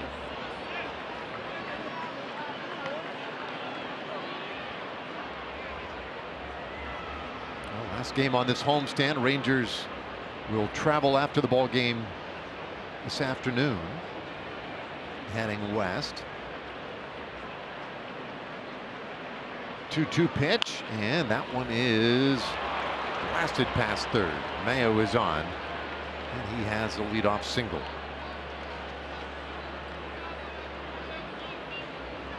Mayo looks like he pulls his hands on a fastball inside. Just sneaks by Bride at third. Kind of paying attention to what Montgomery's featuring today as far as his arsenal is concerned compared to 2023-24, the last time he was out on the mound. Now naturally his velocity has been down a little bit. Maybe it's similar to where he was in 2024, around 92. Whew, that one high and tight. But he was throwing his sinker around 31%, as well as his curveball. Now both of those pitches down a little bit today. The sinker at 26%, the curveball down to 20%. The changeup usage about the same. It was 19%. It's at 20. The usage of the four-seam fastball is up about 5% to 22% of the time. So, maybe nothing really has changed in 2 years. We'll see if he can just continue to gain velocity. There's that pitch arsenal for the day.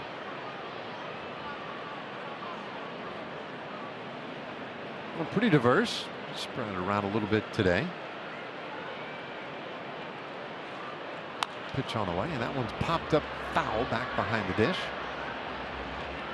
1-2 the count on Cowser, who has 2 more hits today. I mentioned earlier, it just seems like a guy who is a tough out for the Rangers. He has a 14-game hitting streak against the Rangers. A streak during which he is now 16 for 47.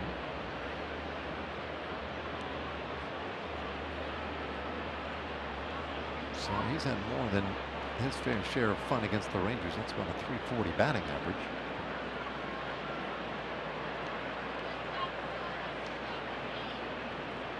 Mayo modest lead at first.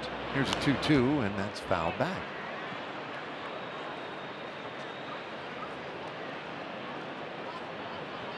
Baltimore just kind of hanging around the periphery of the wild card conversation.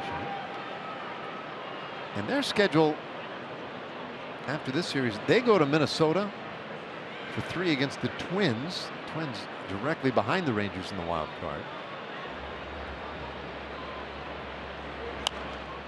Then they'll have an off day and go to Tampa Bay for 4 with the Rays. This is not an easy trip. The Rangers, Twins, and Rays. Once they go home, they get the Yankees and the Rays again. And you take a look at the remaining strength of schedule for the team still in the conversation. The Orioles, the only ones where the opponents have a better than 500 cumulative mark. In the dirt, it's a full count now on Cowser. So I was thinking about the scheduling part of it.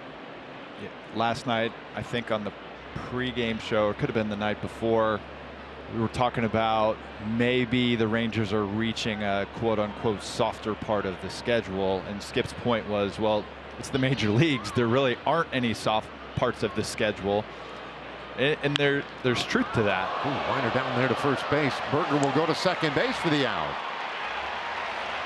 Good job to force out Mayo. 3-6 the force out. This ball, Berger gets off. This is 105 off the bat. Just goes to show you what a major league first baseman is going to have to deal with. Quick reflexes. Makes sense why he's not able to glove it right off the bat. But back to the schedule. For example, on the upcoming road trip, Rangers are going to go through Anaheim and play the Angels. And the Angels, I guess their recent track record has not been great, but it almost seems like that's one of the teams that the Rangers seem to struggle with a little bit more.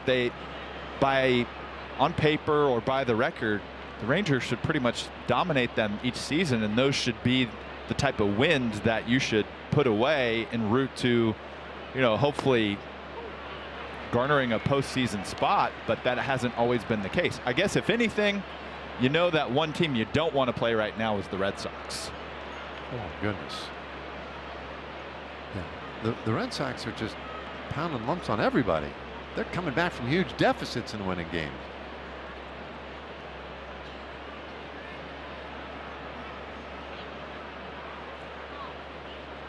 Oh, 2 pitch.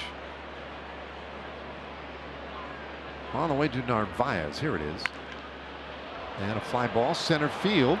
Takes Cawley back again. This time they'll reach up and make the catch in front of that wall.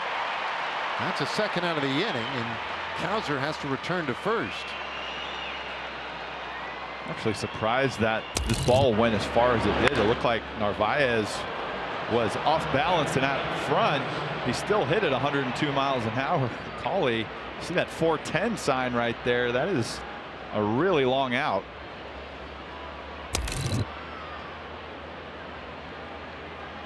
Two away, and it brings up Gunnar Henderson.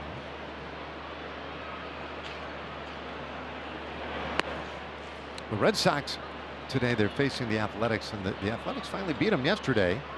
If they win today, and they did not, they've already lost. So that means they will not get the series win. They were shooting for their 10th straight series win. There's a bouncer down to first base, and an easy play for Berger. Well, busy inning down there at first base for Berger. Does a nice job. And it's a scoreless 7th. It's stretch time in Arlington. Time for God Bless America. Let's tune into Chuck Morgan. Ladies and gentlemen, will you please rise and direct your attention down the third baseline and welcome back Billy Joe Jones. Billy Joe will now sing God Bless America. God bless America, land that I love, stand beside her and guide her through the night with the light from above, from the mountains to the prairies, to the oceans, wide with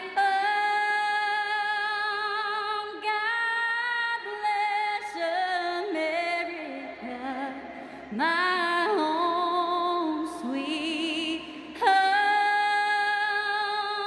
God bless America, my home, sweet home.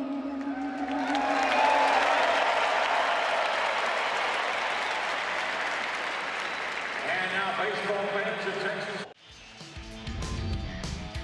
Well, when the Rangers do get back from this next road trip, they will welcome in the Washington Nationals. You want to talk about some guys who can hit. Oh, man, August 18th through the 20th. And you want to be out here for that. Tickets available at Rangers.com. Look at James Wood there on the left side of your screen. And that guy is one of the most impressive young hitters in the National League. So he'll be in town with the Nats.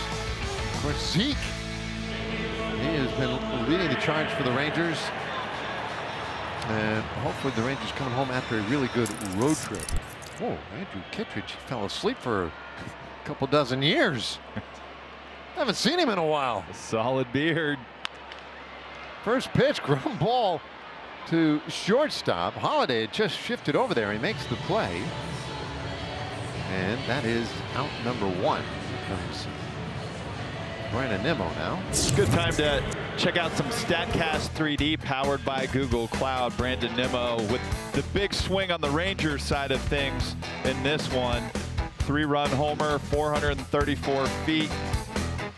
Always surprised when that major league average, 397 feet.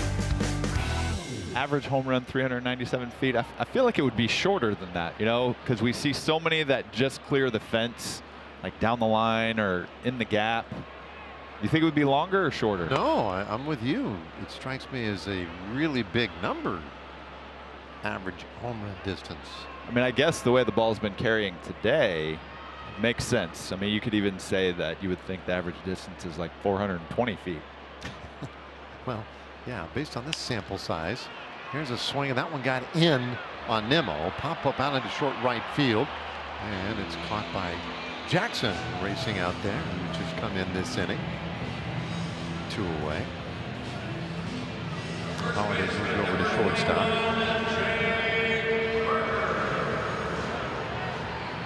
And so here is Berger.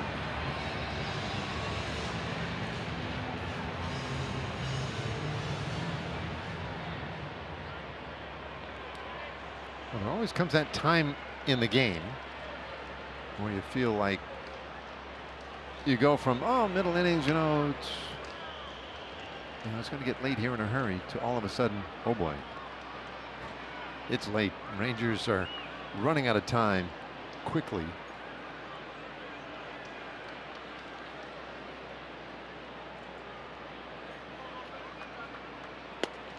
Kittredge pumps that one in there for a strike. 1-1. It's not impossible to come back when you're down 6 late in the game, but you're going to have to see some pretty special things. Like you would have had to have seen maybe Corey Seager at the end of the 6th instead of grounding out. Like if he hits a 3-run homer there, that puts you back in business. You're in striking distance, down 3. Little tapper back to Rip Van Winkle, and he'll make the throw over to first. And Berger retired. A quick 1-2-3, 7th inning. Only 6 pitches needed. It's 9-3 Baltimore.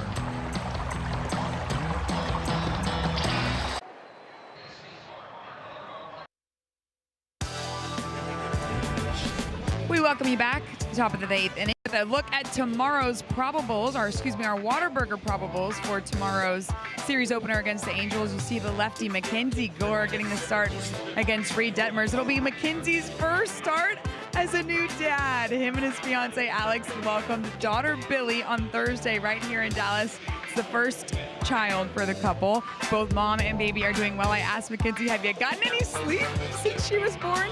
And he said, yeah, I've been all right. The first couple nights there wasn't much sleep for her or Alex, but he's really, really excited. Said he has a lot of pink in his house right now, guys. Sleep's overrated. Agreed. Well, he's going to find that out for real. Cole Winn, also a new dad this year. And he goes to work on Pete Alonso. This one is fouled away. Alonso's had a big day today. 3 for 3 with a walk, 2 home runs, a single. Orioles as a group, they've had a big day. 9 runs on 13 hits.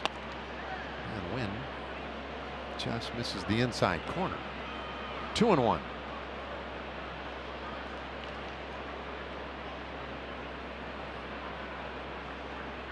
trying to salvage a win on the first stop of this 3-city trip. That's up and in. Well, looks like they're well on their way today as they got to Kamara Rocker. Jordan Montgomery in relief, went 4 innings.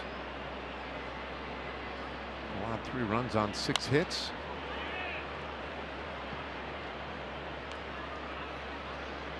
Full count now. And so we'll see what the Rangers can get out of Cole Winn.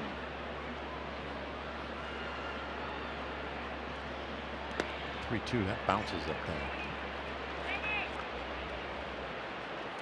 So Alonso goes to first. Now a couple of changes for the Rangers. Evan Carter is checked into center field where Cauley was. Cauley moves over to right field, bumping Nimmo out of the game.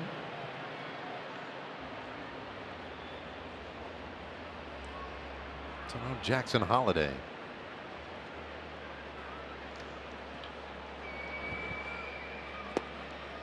Well, the Rangers have been in some spots today where a ground ball you would think would line them up to get a big double play in an inning. On several occasions they've gotten the ground ball, but it just hasn't been the right kind. Hasn't been hit hard enough or whatever. And they just missed out on a couple of double play opportunities. Here's a ground ball third base to second one. The relay to first. In time, double play. Around the horn they go. Not easy to get Jackson Holliday, but they do there, and they're 2 gone. Yeah, that's the desired result that we're looking for. That one hit hard enough, 97 miles an hour on the exit velocity. And we go 5-4-3. Bride, excuse me, 5-6-3. The less conventional way to do it. Yep. So good job by Jonah Bride to get that one started. Now a swing and a miss here by Tyler O'Neill. 2 outs, nobody on base. It does always catch my attention when we're here before the game a few hours early and we're watching the infield defense go to work and take ground balls, and you will see frequently a guy like Ezekiel Duran. He's positioned at short, but he's in a place where he receives that ball so that he can turn the double play.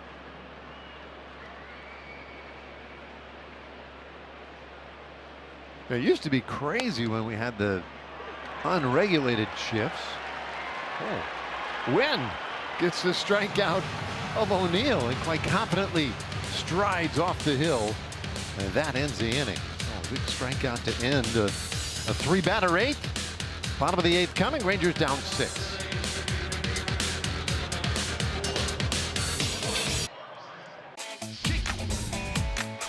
Well, coming out to the ballpark Friday, August 21st, it's the Rangers and the Angels. Specialty night tickets will get you a co-branded Texas Rangers and Dude Perfect jersey. Purchase your specialty night ticket at Rangers.com. All right, bottom of the eighth inning here. Rangers are running out of time in a hurry, and the Orioles into that bullpen again. Albert Suarez, a right-hander, is checked in. Suarez has filled a variety of roles for the Orioles in recent seasons. This year, 47 innings for him, a 4.02 ERA.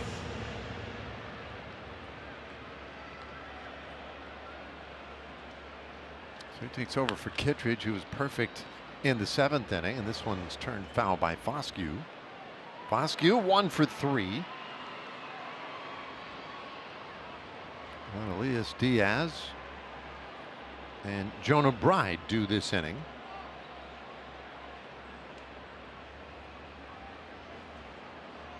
Rangers have gone 4-1 on the homestand to this point. It's a little low, 1-1. So it'll be a winning homestand regardless. They came into play today a game over 500 at 59-58, a half game back of Houston. It's fouled. They count 1-2. They also own the third and final wild card berth as things stand today, and had a game and a half lead in that wild card race. But they had designs of continuing the momentum and launching themselves into the road trip. Instead, as things sit right now, looks like they're going to kind of end the homestand on a little bit of a downer before heading out to the West Coast. The Angels and the Athletics on this next trip, a 7-game trip. 4 with the Angels, 3 with the A's. Payoff to Foscue, and he pops it up back of the mound. Suarez bails out of there as Alonso gets over in time to make the catch. On the way, and we slide over for Quick Trip.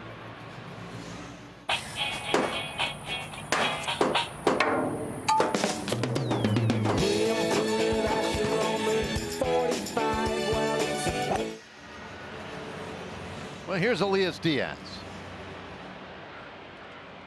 All the Rangers offense came in the 3rd inning today. 3-run homer by Nimmo. And at the time, boy, did that look big. It turned a 5-0 deficit into a 5-3 ball game, and you thought, okay, plenty of time. Here we go. But then in the 4th, the Orioles were able to score 2 more runs, and it kind of felt like curtains there. 1-1 to Elias Diaz.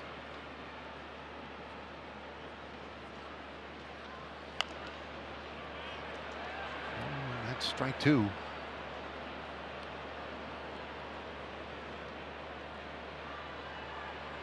Diaz today 0 for 3.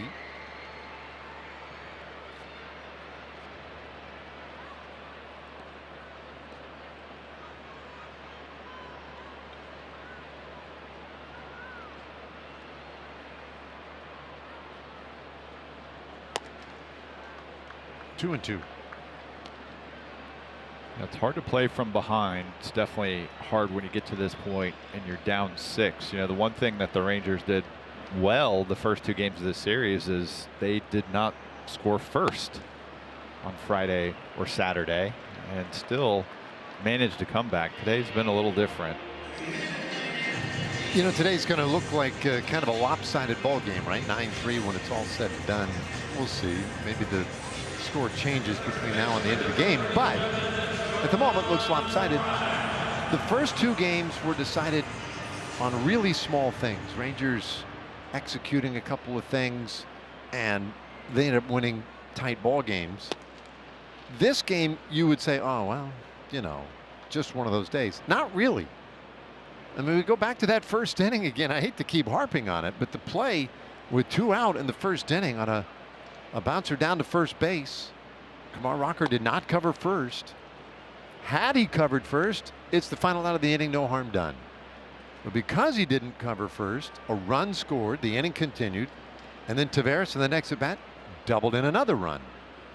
And it just had a bad feel to it, because when you're in a race and when you're competing like this in important tight games day after day, every play matters, every pitch matters, and everybody tries to keep that intensity. And when you don't play like that, it just does not feel good. There's a fly ball center field, and it's hauled in by Jonah Bride. Oh, pardon me. Hauled it out there by Cowser. Inning is over. Jonah flew out. 9-3 the score as we go to the ninth.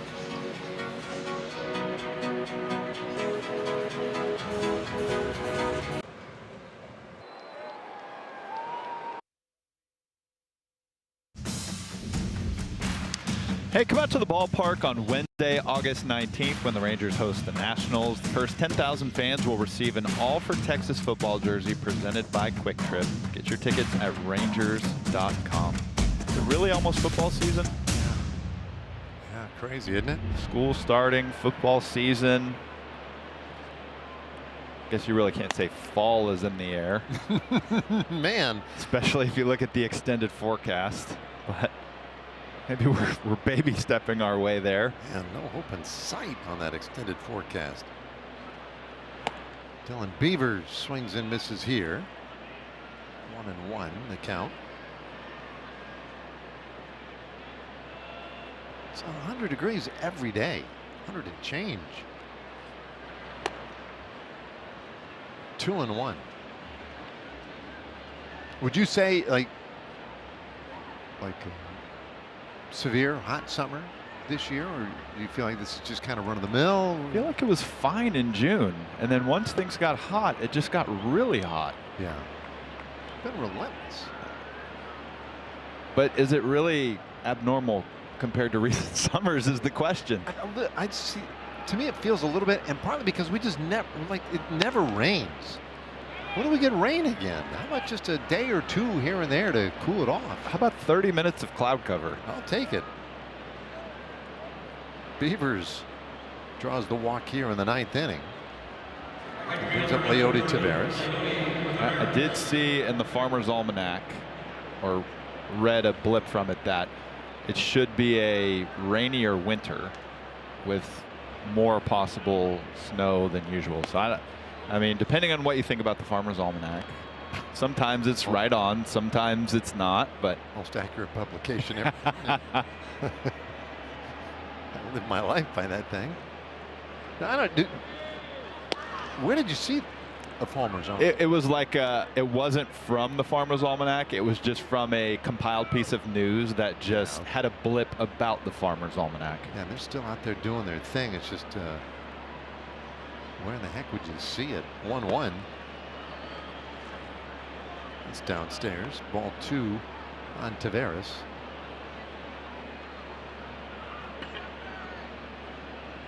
Where I grew up in Nebraska, believe it or not, people really leaned on that Farmer's Almanac. 2-1. That's a little bit low. 3-1. And we're talking about a little bit earlier time, right? There's no internet and multiple apps that can tell you an extended forecast, or it's something that it's fun more than anything. Ground ball up the middle by Taveras. Beavers takes a turn but holds at second base. And you know that once we get to about October, I typically check out the Farmer's Almanac because I'm like, well, it going to snow in the mountains this year? What's the snow going to look like for ski season? Yeah. So that's typically why I'm trying to get a head start on what things are going to look like. Last year, bad snow.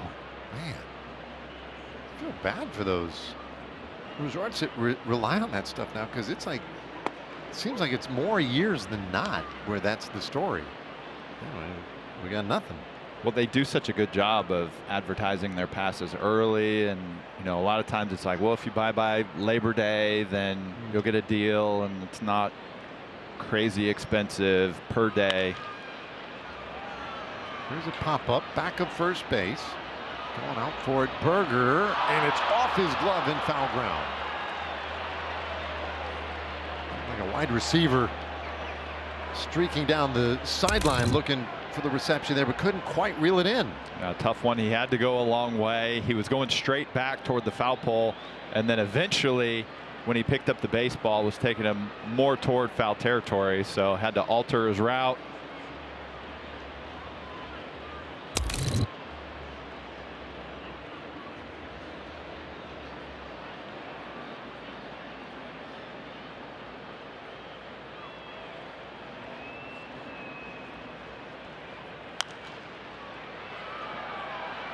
This is pump foul over the right side out of play.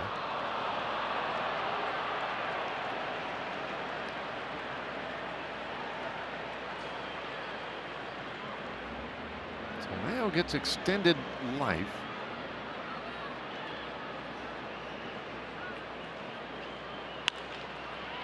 And he might make good on it. This one out into right field. He does. That's a base hit.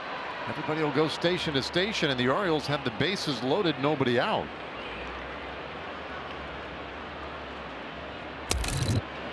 Mayo does a good job of spraying the ball all over the park. He seems like he's geared up toward this right center gap and just gets enough of it to where gets it over the infield, but just short of the outfielders. Saw him go pull side his last at bat, the other way this time.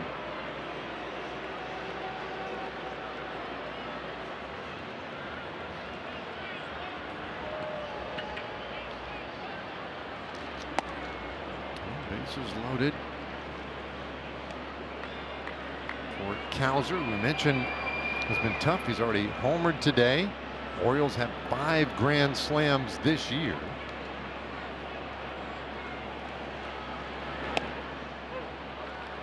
It's a strike, 1-1. Well, Wynn pitched a scoreless 8th inning, but now back out for a second. And the Orioles are getting to him. It's been that kind of year. Cole just can't quite put together certainly an outing of multiple innings. Those have been harder for him.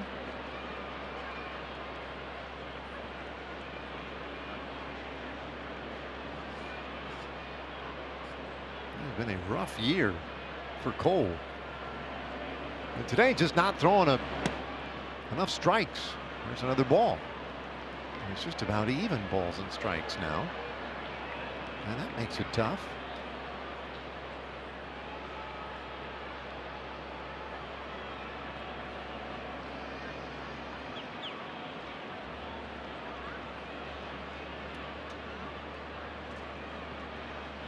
The Rangers have continued to show confidence in him and support him. That one's way in. Yeah, that is a bases loaded walk, but it's getting to the point where it's really tough for Skip Schumacher to trust him in big spots. Now this is a ball game where Baltimore already had the comfortable lead, but still you just want to find a spot to get him back on track. It's been hard to come by. So bases still loaded, nobody out. Run across, it's double-digit runs for Baltimore, and you can see a dead even split balls and strikes. That's a big part of, I think, what you'd love to see in the improvement. That's not every time he's out there, but the 2 walks and obviously the run walked in. Getting ahead of hitters is the key when you're coming out of the bullpen. I mean, it's a key for any pitcher, but you really have to work ahead here in these later innings.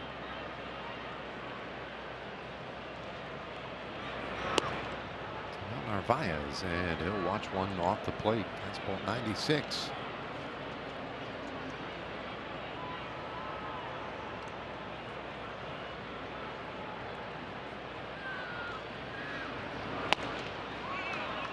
One and one.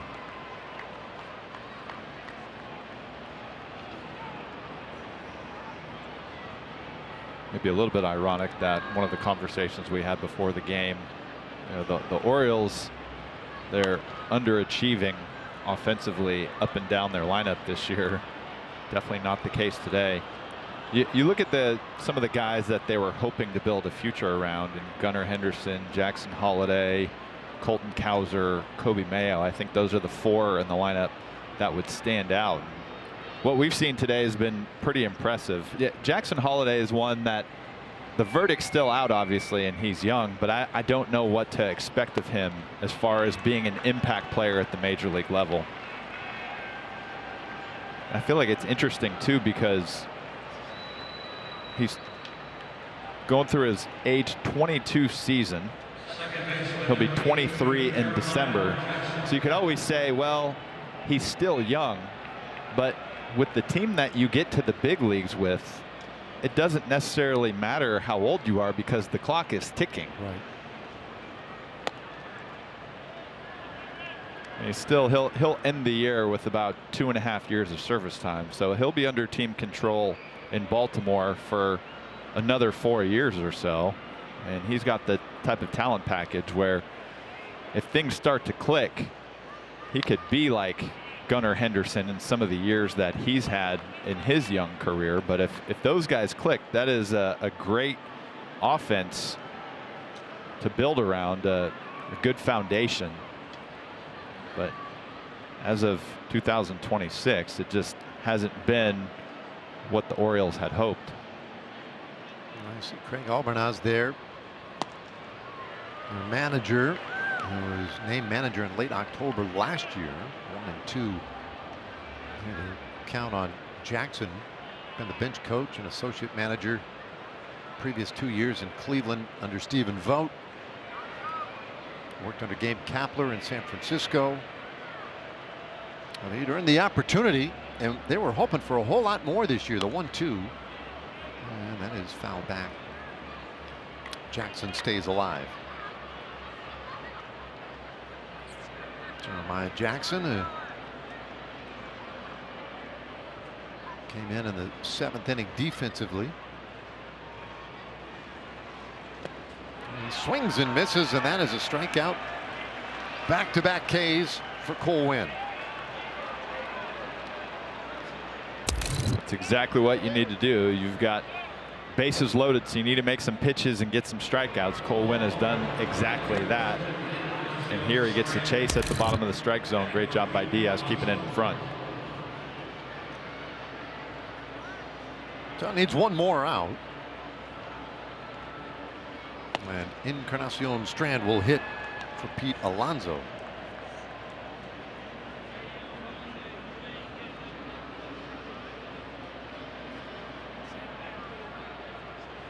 He was with the Reds organization even after the start of the year. Began the year with Cincinnati. And then the Orioles made a deal in exchange for cash considerations to bring him over. And he gets a chance to hit for Alonso here.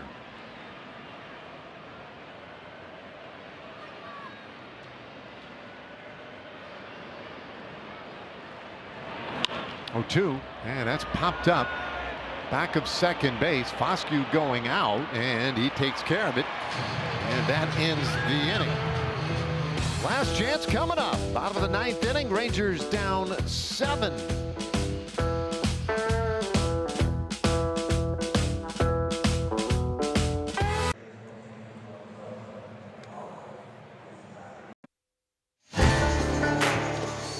Well, there you see it. The assignment pretty clear. You're not kicking the field goal. You got to get that touchdown. 10-3 the score. Bottom of the 9th inning. Final game of this series. The Rangers hit the road off to Anaheim and then Sacramento. Encarnacion Strand stays in the game at third base, where Mayo was positioned, and now Mayo over to the other side at first. And so Suarez, who pitched the 8th inning, will go to work in the 9th. Collie leading it off, and then back up to the top of the lineup. Nicky Lopez and Corey Seager. 1-1 the count.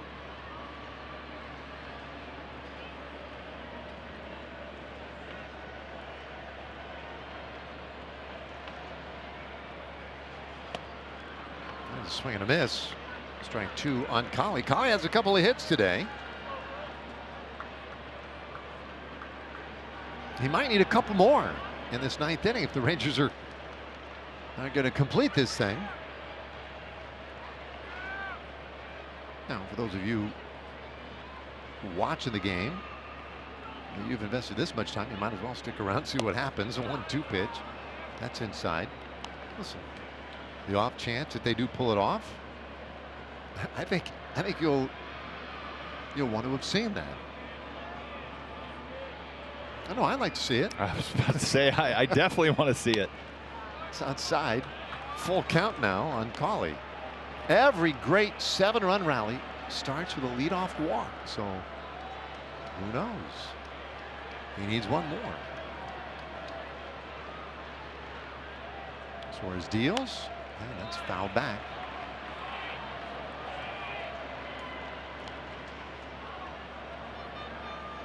Suarez, last inning, gonna pop up a strikeout and fly out. Pretty quick and efficient outing. He is a guy who they use for multiple innings most of the time. 3-2 and another foul ball. Like 16 of his 20 appearances this year have gone at least 2 innings. So among American League relievers, there's maybe one who has done that more often than Suarez. And he is off the plate, and that's ball 4. And while that was really close, there's just no recourse again for Narvaez. He can't challenge that. And there's your leadoff walk. A good place to be if you're the team that benefits from it. And great at bat from Collie. Down 7. That's not an easy thing to do. But still battling.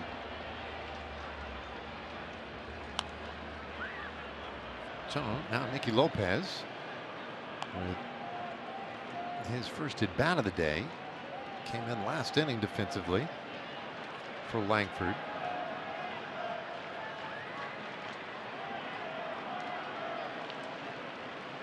He's been a scrapper.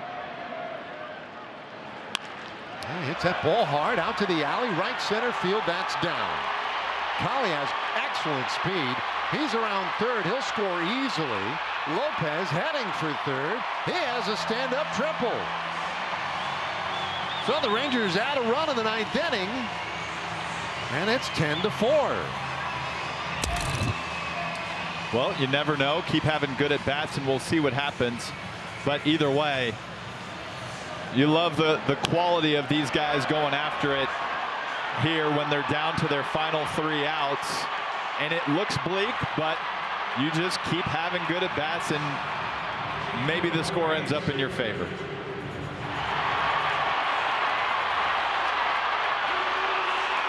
It's fun to watch him run. Yeah, watch both of them run. And now Austin Wynns will hit for Seager. And he fouls that one back. That must be a decision that was made a while ago. So Wynns allowing Seager to take the rest of the day off.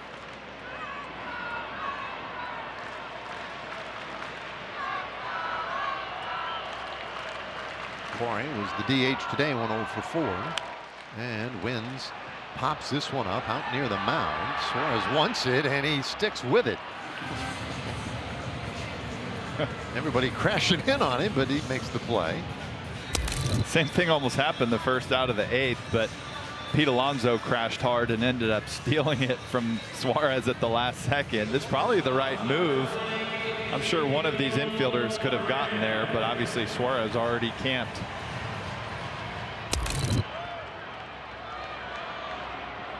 One out, and here is Ezekiel Duran. 0 for 3, but he did walk and score a run in the third.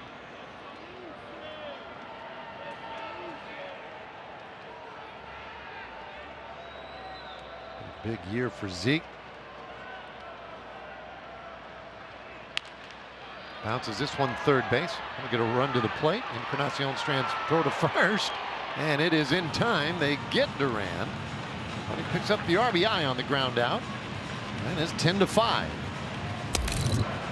We've seen some good picks over there at first base. Good job driving in a run from Zeke. A wild throw over there. Man. Good hands from Mayo over at first.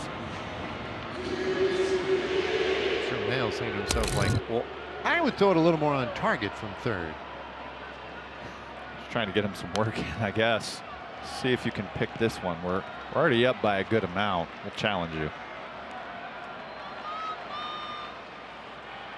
So now Evan Carter.